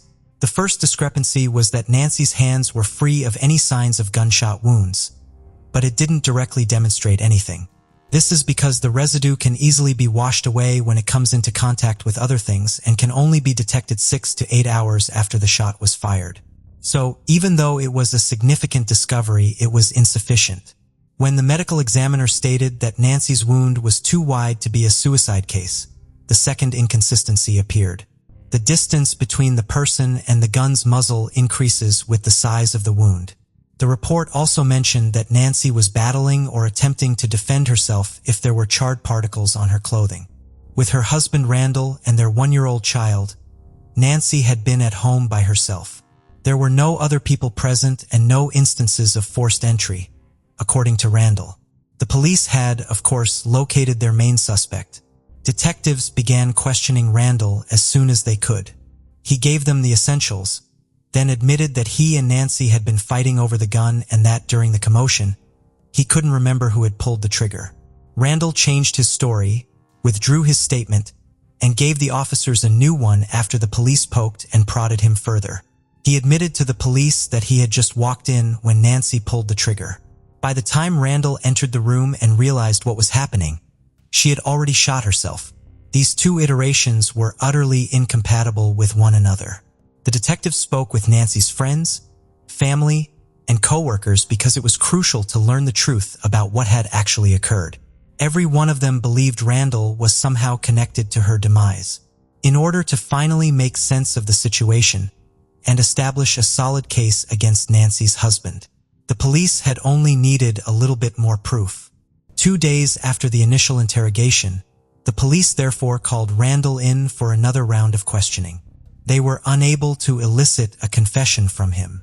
The police were then visited by Randall's parents, who assured them that their son was prepared to take a polygraph test to prove his innocence. But Randall failed to appear for the appointment. He had completely stopped assisting the police by April of that year. The police declared Nancy McEvers' alleged suicide case to be cold in the absence of any additional leads or fresh evidence. Nancy's family learned a week after her funeral that there were no leads in the case and that there was no evidence of foul play. The family therefore made every effort to leave this gloomy episode in the past. Not only was Nancy's son deprived of all the love she had to give after her death in 1983, but her entire family also underwent a permanent change. The news had a significant impact on them. They were never the same after Nancy died because she was such a significant part of their lives. When Nancy's family learned of her passing, they were in shock. She was a happy, laid-back woman who delighted in every aspect of parenting. They couldn't believe Nancy shot herself in the head while her son was still inside the house. She would never have taken any action that would have permanently cut off her relationship with her son. Nancy's mother, Lenore Pepper, wasn't sure about the circumstances surrounding her daughter's passing. She had suspicions about Randall, but was unable to speak about them. Lenore Pepper let her suspicions die after she had already lost her daughter, and the police had officially informed them that no foul play was suspected. Randall was in charge of raising his 1-year-old son after facing no charges. Lenore did not want to stir up a situation that she was still equipped to handle. She had serious reservations about Randall, but chose to remain silent in order to safeguard her grandson, in case her doubts and uncertainties turned out to be unfounded. Everyone who knew Nancy, including her mother, believed that it could not have been a suicide. However, without an answer from the investigators, their skepticism persisted. Nancy's sister thought it was an awful accident that was never intended to occur. She passed away when she was only 28. Her life, her hopes, and all of her dreams vanished in an instant. No one anticipated that the detectives would reopen the Nancy McVey case in August 2022 because it had been closed for such a long time. The cold case investigations were handled by the police officers working in the Violent Crimes Unit. When they looked through Nancy McVey's file, they realized that justice needed to be done. Even though Nancy hadn't committed suicide, nobody knew it. She was brutally murdered. The police reviewed the previously gathered evidence before proceeding. A member of the investigation team named Detective Anilsari described the case as being under-investigated. Since the detective in charge of the case from 1983 had already passed away, there was no way to determine why the officers let this case go cold for so long. It was discovered that the police work of the 1980s was not thorough. The Washington County Sheriff's Office's Forensic Science Unit retested the 1983 evidence, and the results were exactly the same as before. The likelihood that Nancy's death was a suicide was entirely discounted. The police now think that domestic violence played a role in Nancy McVey's passing in this case. Due to concerns for the family's privacy, investigators decided not to disclose to the media which new leads were investigated. Around 20 people were interviewed by the police, including deputies, detectives, firefighters, and family members who were either there in 1983 or had a close connection to the case. Nancy's story was still relevant 40 years later, and as more information emerged after all these years, the mystery surrounding the case started becoming clear. According to Nancy's file, which was kept with the police, detectives learned that during the case's initial investigation, when the police questioned Nancy's family and Randall, they learned that Randall had been planning to kill Nancy because she wanted a divorce and to leave him. One of the case's investigators, Anel Sarek, expressed his perplexity over the lack of action in the 1980s in spite of this clear evidence. "I can't tell you why they did what they did," he said. Eventually, everything started to make sense, and Randall started to emerge as the main suspect in Nancy McVey's murder. By the time the evidence came to light, Randall was residing in Tybord, an Oregon town 10 miles south of Portland, Indiana. January 2023, the police showed up at his home and questioned him about the murder of his wife 40 years ago. He admitted to the detectives that hypnotherapy had been used to help him forget everything about that day. By this point, the police had enough leads, and since they desired that Nancy's family experience genuine closure, they sent the case to the Washington County District Attorney's Office for review after speaking with Randall. It turned out that the information Nancy's family was given for 40 years was false. The Nancy McVey's case had undergone enough twists by this point, so when police learned that Randall had killed himself on February 8, 2023, they were horrified. Additionally, he left a note in which he explicitly denied being to blame for Nancy's death. The police thought that Randall's passing brought the case to a conclusion even though the district attorney's office was unable to review it after his passing. Now that their main suspect has passed away, Nancy McVey's case has been successfully concluded. Lenore was shocked to learn that her suspicions about her daughter's death had been accurate the entire time when the police contacted her. Lenore, the mother of Nancy, expressed her appreciation to the policeman for being able to see her daughter's case through to the end. She wished Nancy's father had lived to see the conclusion of their daughter's case. Everyone loved Nancy, so the news of her heinous murder caused a wide range of emotions. Her family experienced all their emotions again, but everyone in the family thought that Randall's suicide was just as much of witness as his actual court case, although he insisted he had nothing to do with Nancy's death. His own passing served as the acceptance Nancy's family had been hoping for 4 decades. Following the shock of learning that their cherished Nancy had been murdered after 40 years, Nancy's family is informing more of her loved ones of the news, and they are preparing to hold a memorial service for her. Nevertheless, they have experienced fresh grief and trauma. The investigation team that gave her justice was applauded by the entire family. Nancy's family had the misconception that she had committed suicide for 40 years. Although the investigation into Nancy McVey's death has been concluded, Washington County Sheriff's Office deputies are still looking for additional information. They want anyone with fresh information to come forward and contact the detectives at 503-846-2700 so that Nancy, who was thought to have chosen death for all these years, can receive justice. Case of Schmidt family. Tyler Schmidt was born in Iowa, USA on November 13, 1979. He grew up in Cedar Falls, a city that is home to the University of Northern Iowa. As a young boy, Tyler joined the Boy Scouts, where he earned the prestigious rank of Eagle Scout. This experience sparked a lifelong love for nature and camping in him. The camps organized by the Lutheran Church, which promoted family bonding, were particularly enjoyable to him. In his free time, he learned to play the trumpet. Tyler's true passion, however, lay in adventure and sports. He was a member of the cross-country running team and the swim team at Northern Iowa High School in Cedar Falls. He also enjoyed outdoor activities like canoeing, hiking, and snowshoeing. Later, his interest in computing led him to Truman State University in Missouri, where he studied computer science and earned his degree. It was there that he met Sarah, who would later become his wife. Sarah was born on March 27, 1980, in Kansas City. During her childhood, she spent time near St. Louis with her siblings, Karen, Jane, and Adam. Sharing Tyler's passion for the outdoors, Sarah enjoyed bird watching and studying insects. Like Tyler, she was a dedicated Girl Scout and earned the highest honor, the Gold Award. Her adventure spirit was inherited from her mother, with whom she went on a backpacking trip to Central America.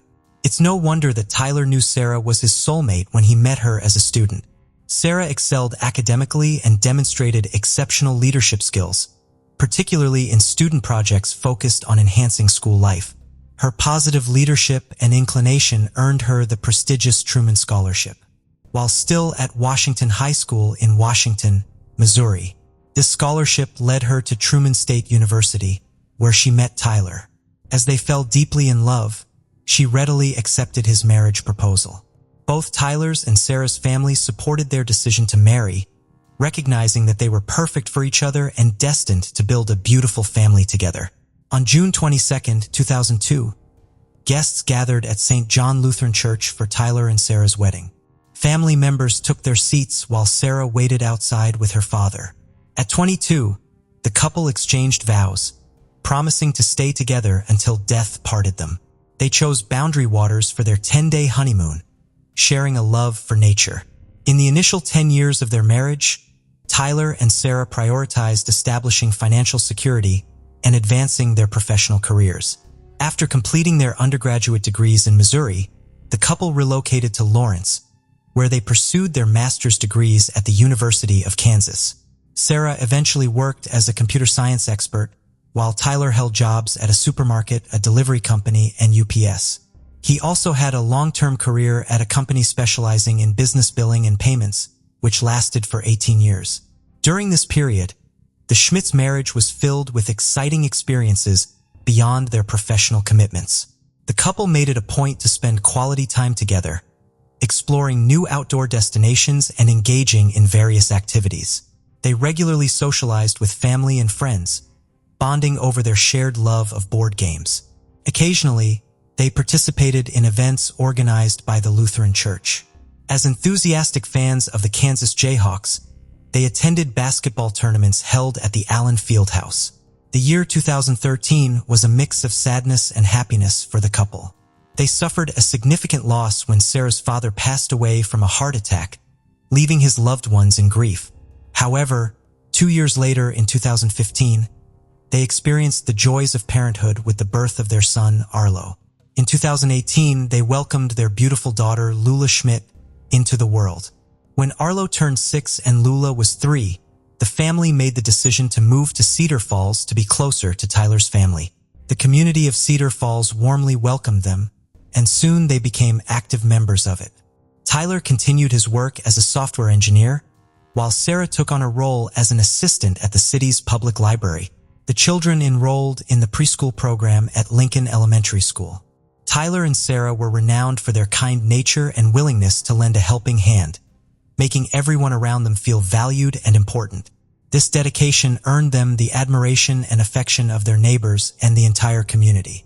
Similarly, at the library, Sarah's warm and friendly personality quickly made her a well-known and appreciated figure, both among her colleagues and the wider community.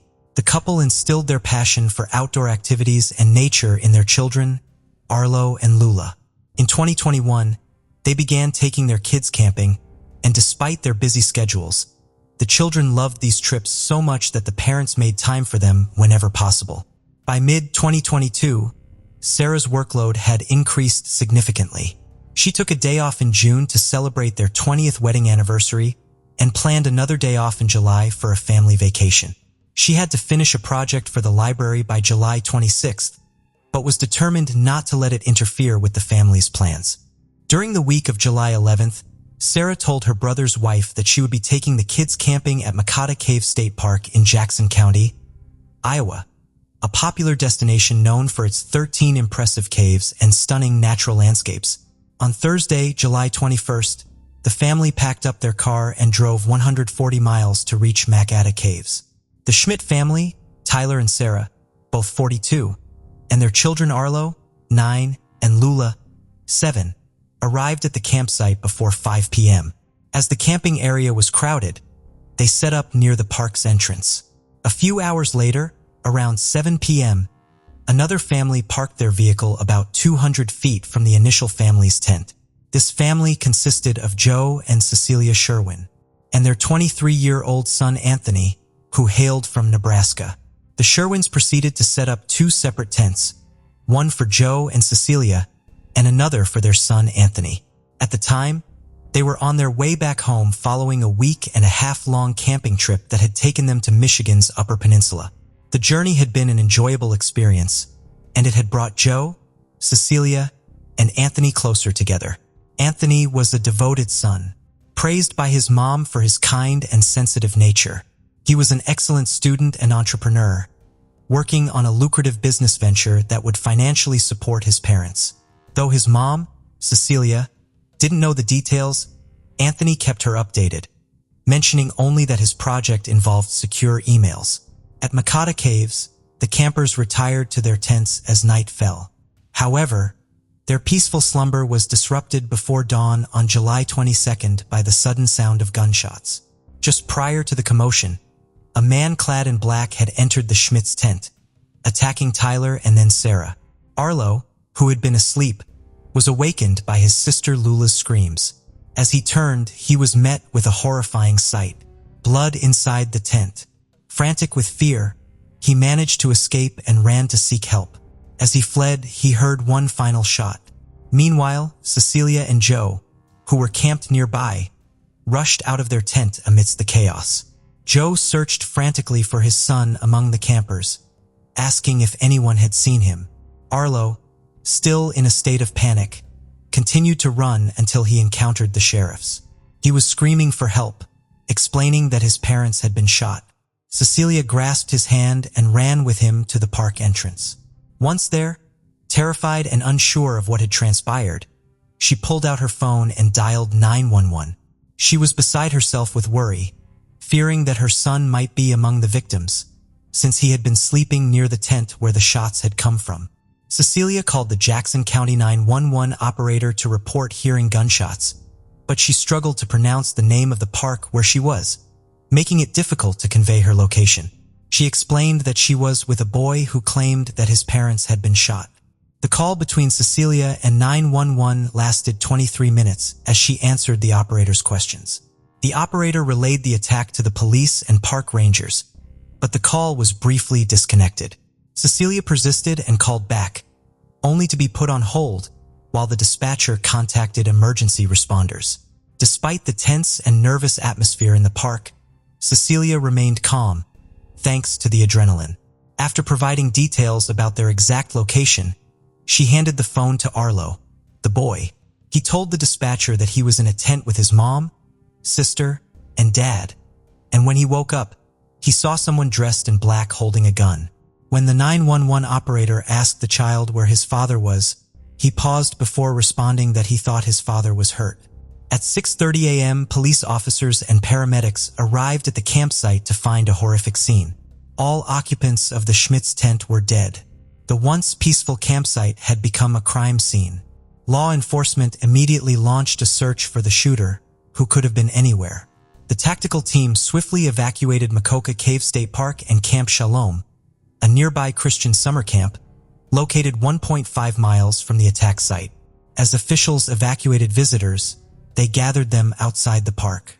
Once everyone was accounted for, it was clear that only one person, Anthony Sherwin, was missing, and he was armed. During an aerial search at 11 a.m., police found a body. Upon reaching it, they confirmed it was Anthony, deceased. Although an investigation was necessary, police identified him as the prime suspect in the homicides, believing he had committed the attack on the Schmidts before taking his own life. The authorities closed the park following the incident, a measure that remained in place until July 28th. The Iowa Department of Natural Resources offered their condolences, with their spokesperson expressing devastation on behalf of the entire team, stating that the event had shaken Iowa's tradition of enjoying its natural wonders. But the legacy would continue for the millions of families who recreate in Iowa's parks. As a mark of respect for Sarah's co-workers, the local authority closed the library for the rest of the day. The tragedy also drew reactions from other political leaders, including the Iowa governor, who expressed horror at the attack and sorrow for the unimaginable tragedy.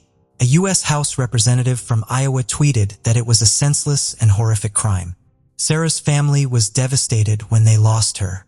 Her sister was particularly heartbroken, feeling as though her life had been turned upside down.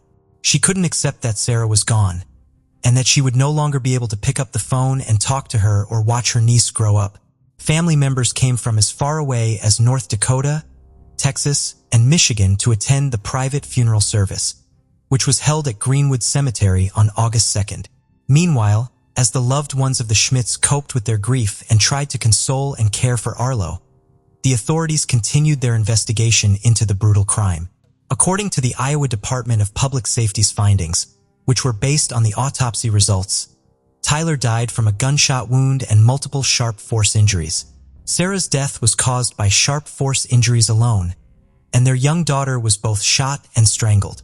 In early August 2022, authorities officially identified Anthony Sherwin as the person responsible for the murder of the Schmidt family.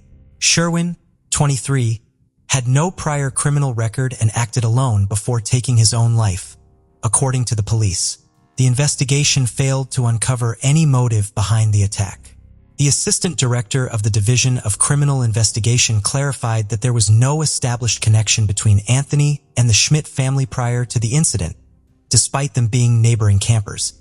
The Nebraska Police Department assisted in the investigation by searching the Sherwin family apartment, but found no suicide note or any indication that could explain why Anthony targeted the Schmidt family and himself. His Facebook page yielded no clues as it was completely blank.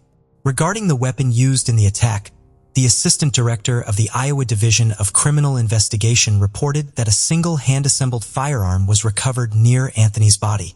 This type of weapon, commonly known as a ghost gun, is built by individuals using online purchase parts without restrictions, as they lack serial numbers, making them difficult to regulate and trace.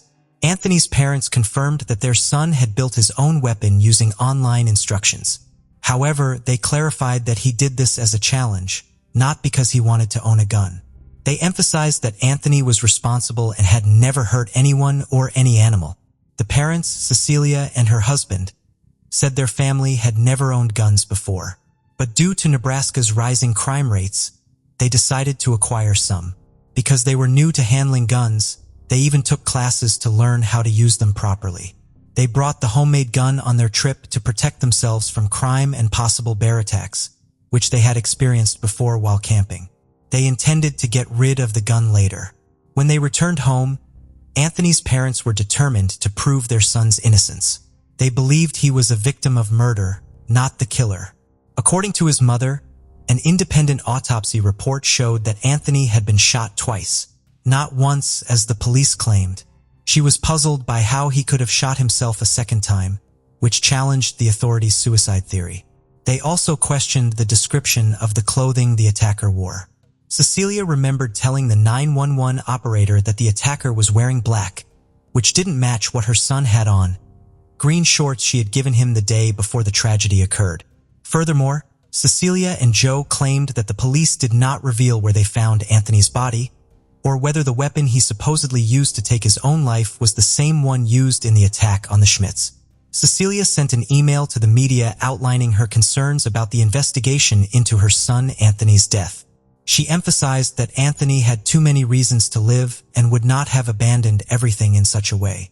In her opinion, Anthony was incapable of killing and had no connection to the Schmidt family, and they had seen no signs of him planning an attack.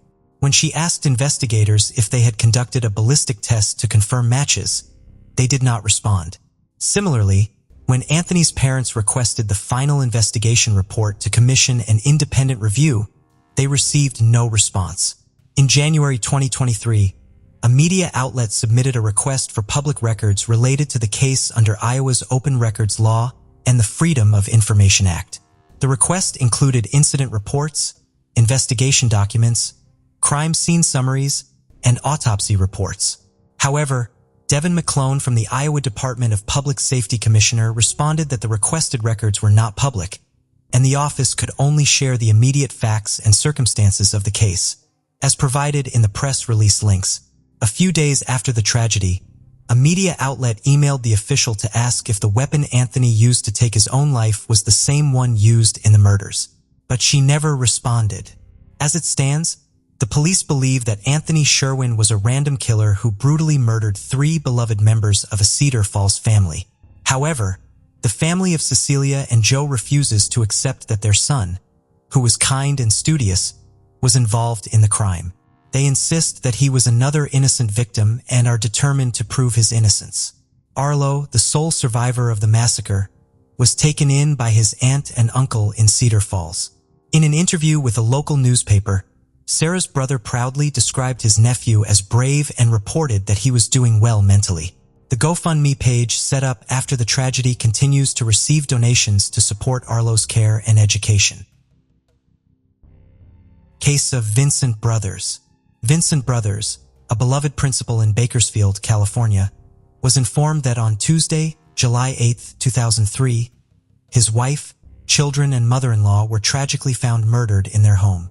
Despite the house being ransacked, nothing was taken, leading the police to rule out robbery and suspect intentional homicide. Vincent was cleared as he had a solid alibi, proving he was out of town during the incident. Subsequent investigations revealed a disturbing truth that shocked the entire community: the chilling case of Vincent Brothers. Born on May 30, 1962, in Beeport, Long Island, New York, Vincent was known for his charm, reliability, and hard work from a young age. He had also served in the Marine Reserves after graduating from Norfolk State University. Moving to California in the mid-80s for further studies, he eventually earned his master's degree. Vincent had a tumultuous past with relationships, despite rising quickly as a school administrator. He had 2 brief marriages that ended in separation. In 1988, while working at California State University in Bakersfield, he had a daughter with his then-girlfriend. He filed a lawsuit to establish paternity and eventually gained custody and visitation rights. Initially ordered to pay $350 monthly for support, this amount was raised to $771 by 2003. In the same year, he faced legal consequences, receiving a 6-day jail sentence and probation for a misdemeanor charge of spousal abuse. In 1992, Vincent entered another marriage, which also ended abruptly after allegations of threats to kill and physical abuse by his second wife. She filed for divorce in 1996. Allegations have been made against Vincent, who was the vice principal at Emerson Middle School, for sexual misconduct towards a colleague. The woman reported instances of harassment, including an incident at his home where Vincent physically assaulted her and prevented her from contacting the authorities by taking her phone. She tried to report the incident to the police but felt discouraged as Vincent was a respected member of the community, which made her doubt if her report would be taken seriously. The harassment continued with inappropriate touching at the school's front counter, leading the woman to take a leave of absence due to the hostile work environment. As the intimidation escalated to threatening phone calls, the school district investigated the claims and warned Vincent about the possibility of career consequences if found true. Despite denying the accusations and having a clean disciplinary record, the school administration decided to transfer Vincent to another school after their investigation. Vincent worked at John C. Fremont Elementary School in Bakersfield, California. He was well liked for his routine of walking students home safely after school. While at Fremont Elementary, he met Joni Harper, the campus security supervisor. They began dating and got married after their first child. Marquise was born. Their family grew with the arrival of their second child, Lindsay, in 2000. Unfortunately, their marriage was annulled in September 2001 due to Vincent's infidelity. In 2003, Vincent and Joni secretly remarried, and 4 months later, their third-born child, Marshall, was born. However, Joni soon confided to friends that their marriage was facing issues once again. This time, she expressed fear that Vincent might try to harm her. Joni, a loving mother of 3, lived with her husband, her mother, Ernestine Harper, and their children in Bakersfield, California. They were known in their community as a joyful and involved family, actively engaging in community events and maintaining amicable connections with others. Joni worked as a basketball official, while her mother was recognized for her advocacy as a civil rights activist. Outsiders perceived Vincent and Joni's marriage as solid, unaware of the tragic events that would unfold. Vincent had already moved out of the house in April, 3 months before the incident, due to frequent conflicts with his mother-in-law, Ernestine. On Sunday, July 6, 2003, Joni, along with her 3 children, Marquez, Lindsay, and 6-week-old Marshall, and her mother, Ernestine Harper, attended a morning church service. After the service, they went for lunch at the Black Angus restaurant before returning home. Once home, they took a nap before planning to attend the evening church service. In a horrifying sequence of events, Joni and her children were in one bedroom, while her mother occupied another area of the house when they were ruthlessly and fatally attacked. There were no apparent signs of forced entry, and the assailant breached the house and initiated the assault by firing 2 shots at Joni's head in her bedroom, followed by targeting Lindsay in the center of her back. Ernestine, likely alerted by the noise, moved towards the hallway to investigate, but she was fatally shot twice in the face, collapsing in the hallway just outside her bedroom. Returning to Joni's room, the attacker proceeded to shoot Marquez and delivered a final fatal shot to the baby's back. Each gunshot was strategically aimed to ensure fatal harm. The assailant, rather than immediately fleeing, went to the kitchen, retrieved a knife from the butcher block, and viciously stabbed Joni multiple times in the back. The assailant then tampered with the TV connections, but placed the TV carefully on the ground. Additionally, Joni's purse was emptied onto the laundry room floor, yet nothing valuable was taken, including money that was left untouched. It appeared the assailant aimed to mislead the authorities, creating the impression of a break-in and seeking to eliminate any potential witnesses. Afterward, the assailant covered the bodies in the bedroom with blankets and pillows taken from other rooms. On July 8, 2003, Joni's closest friend, Kelsey Spann, grew concerned as she hadn't heard from Joni, her mother, or the children since they attended church that Sunday. Worried that something might have happened, Kelsey decided to visit Joni's home to check on them, using the key Joni had entrusted to her. Kelsey attempted to unlock the side door, but found it difficult to do so, as something was preventing it from opening. She proceeded to the back of the house and discovered an unlocked sliding glass door, which was an unusual occurrence. Upon entering, she made the grisly discovery of Joni, Ernestine, Marquise, Lindsay, and Marshall, all deceased. Acting swiftly, Kelsey contacted the authorities at 7 a.m., prompting their arrival at the horrifying scene where the 5 individuals had been brutally murdered. The peaceful ranch-style residence where Joni, her children, and mother resided sat in a tranquil corner lot within the neighborhood. Law enforcement concluded that the family was tragically killed on a Sunday afternoon following their return from church. Detectives assessed the situation, identifying Joni as the primary target due to the severity of her injuries. They inferred that the assailants' actions indicated profound anger. The police expressed concern for Vincent's safety and discovered that he had traveled to Ohio. Detective Watts, one of the detectives, traveled to North Carolina as Vincent and his brother Melvin had gone there to visit their mother. Upon interacting with Vincent in North Carolina, the police found him in a traumatized state, deeply distressed and unable to articulate coherent sentences, which did not offer much insight into the investigation. His demeanor did not align with that of a probable killer, especially considering he was on the opposite side of the country at the time of the murders.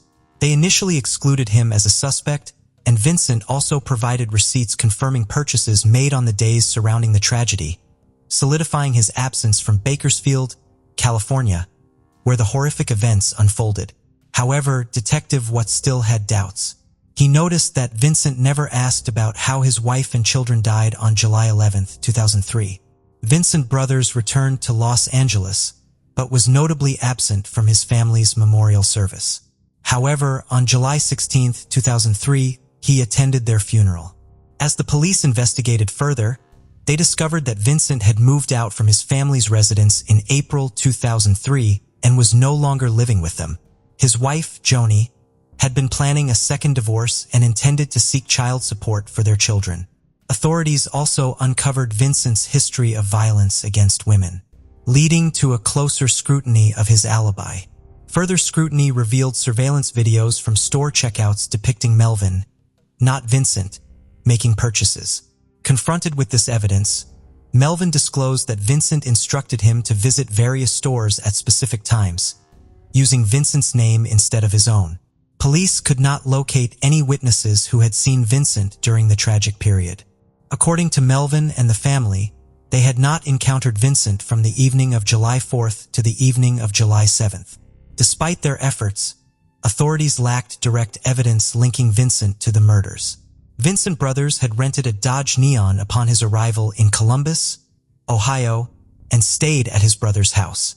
According to police speculations, Vincent allegedly flew to Columbus on July 2, 2003, under the pretense of visiting family. On July 4th, he purportedly traveled back from Ohio to Bakersfield, where the tragic incident occurred on the afternoon of Sunday, July 6, 2003. Afterward, he returned to Ohio, arriving late on Monday the 7th. Law enforcement meticulously examined the Dodge, focusing on its radiator and air filters. The Burt Museum of Entomology at the University of California, Davis was enlisted for assistance, with Dr. Lynn Kimsey, an expert in bug identification, meticulously analyzing insects found in the car.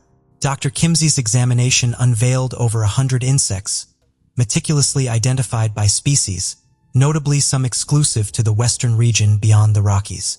Certain insects indicated that Vincent traveled at night. Through careful analysis, she charted a path indicating the car's westward journey from Ohio. Investigators tracked down the vehicle's previous 5 renters, confirming that none had driven the car to California or near the Rockies. In their scrutiny of evidence from the home, the police focused on photographic evidence and observed a latex glove tip among items discarded in the laundry room. Upon testing, the tip revealed a DNA match, identifying it as a 1 in 6 billion match to Vincent Brothers. Detective Watts had discovered that Vincent planned to leave town. He had started selling his possessions and even listed his house for sale. Consequently, on April 30th, 2004, Vincent was arrested and charged with 5 counts of first-degree murder. The trial began in 2007, with prosecutor Lisa Green leading the case. The prosecution theorized that Vincent's motive for the murders was financial, contending that he acted out of fear of potential child support payments due to Joni's impending divorce. They portrayed Vincent as a serial adulterer who would disappear for long periods and often respond violently when questioned, particularly towards his wife or girlfriend at the time. Numerous witnesses, including Dr. Lynn Kimsey, were summoned by the prosecution. Kimsey testified that the insects discovered in the Dodge Neon were consistent with those typically found along Interstate 70 while traveling. Testimony further corroborated that the 5,424 miles driven from July 2nd to July 11th aligned with the presented evidence.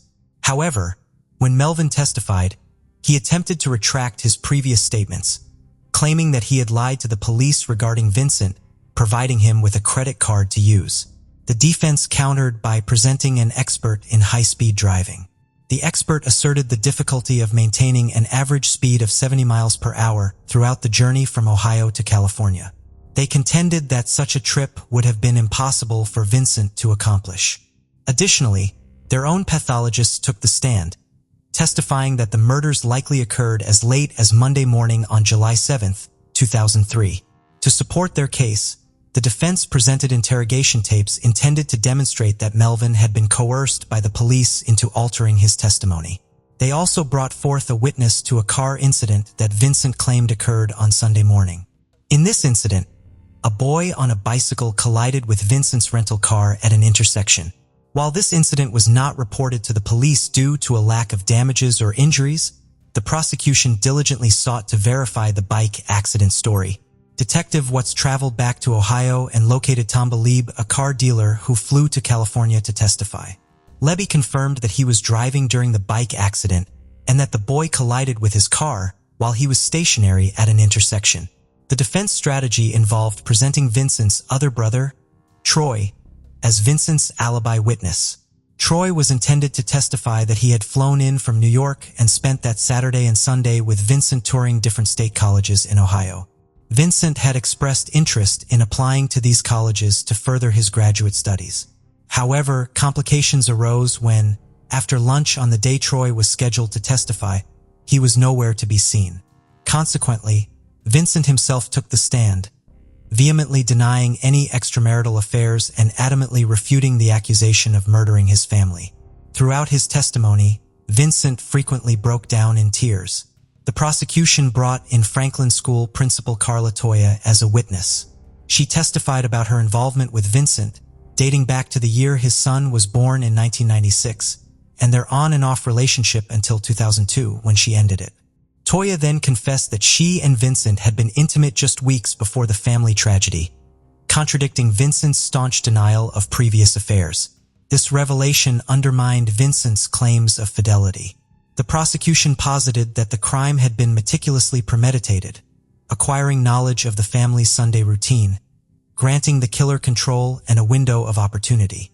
Exploiting this familiarity, the perpetrator waited until the family was asleep, using a copied key to gain entry through the sliding glass door and methodically execute each member of the family on May 15th. Vincent Brothers was found guilty on 5 counts of first-degree murder with aggravating circumstances, making him eligible for the death penalty. After hearing testimony from 137 witnesses, the jury deliberated for nearly 2 days before reaching their decision.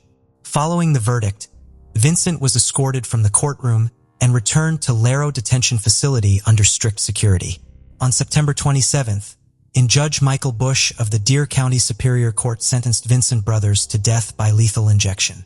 He was detained at San Quentin State Prison in California, where he is still currently housed. During the sentencing hearing, family members were given the opportunity to deliver statements. Vincent's only surviving child, his firstborn Margaret Kern Brothers, announced her resignation from the Brothers family, expressing that upon leaving the courtroom, she would solely identify herself as Margaret Carr. The evidence suggested that Vincent Brothers lacked empathy and remorse for his actions, a common trait in what many call a psychopath. His perception of his children as mere objects indicated a complete detachment from any emotional connection with them. The act of stabbing Joni appeared to be a deliberate means of severing his ties with her on a physical level.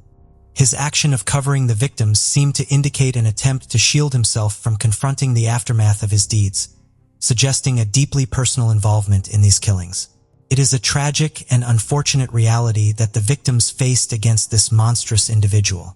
As we reflect on this heart-wrenching tale, our thoughts are with the victims whose lives were tragically cut short and the loved ones they left behind. Thank you for joining us on this journey into the depths of unsolved mysteries. Cold cases not only challenge our understanding of the past, but also ignite our curiosity and determination for answers. Remember to subscribe to stay updated on our latest investigations. And if you have any information regarding the cases we've covered, don't hesitate to reach out. Together, we can shed light on the shadows of the past and bring closure to those who seek it. Until next time, stay vigilant, stay curious, and never stop seeking the truth.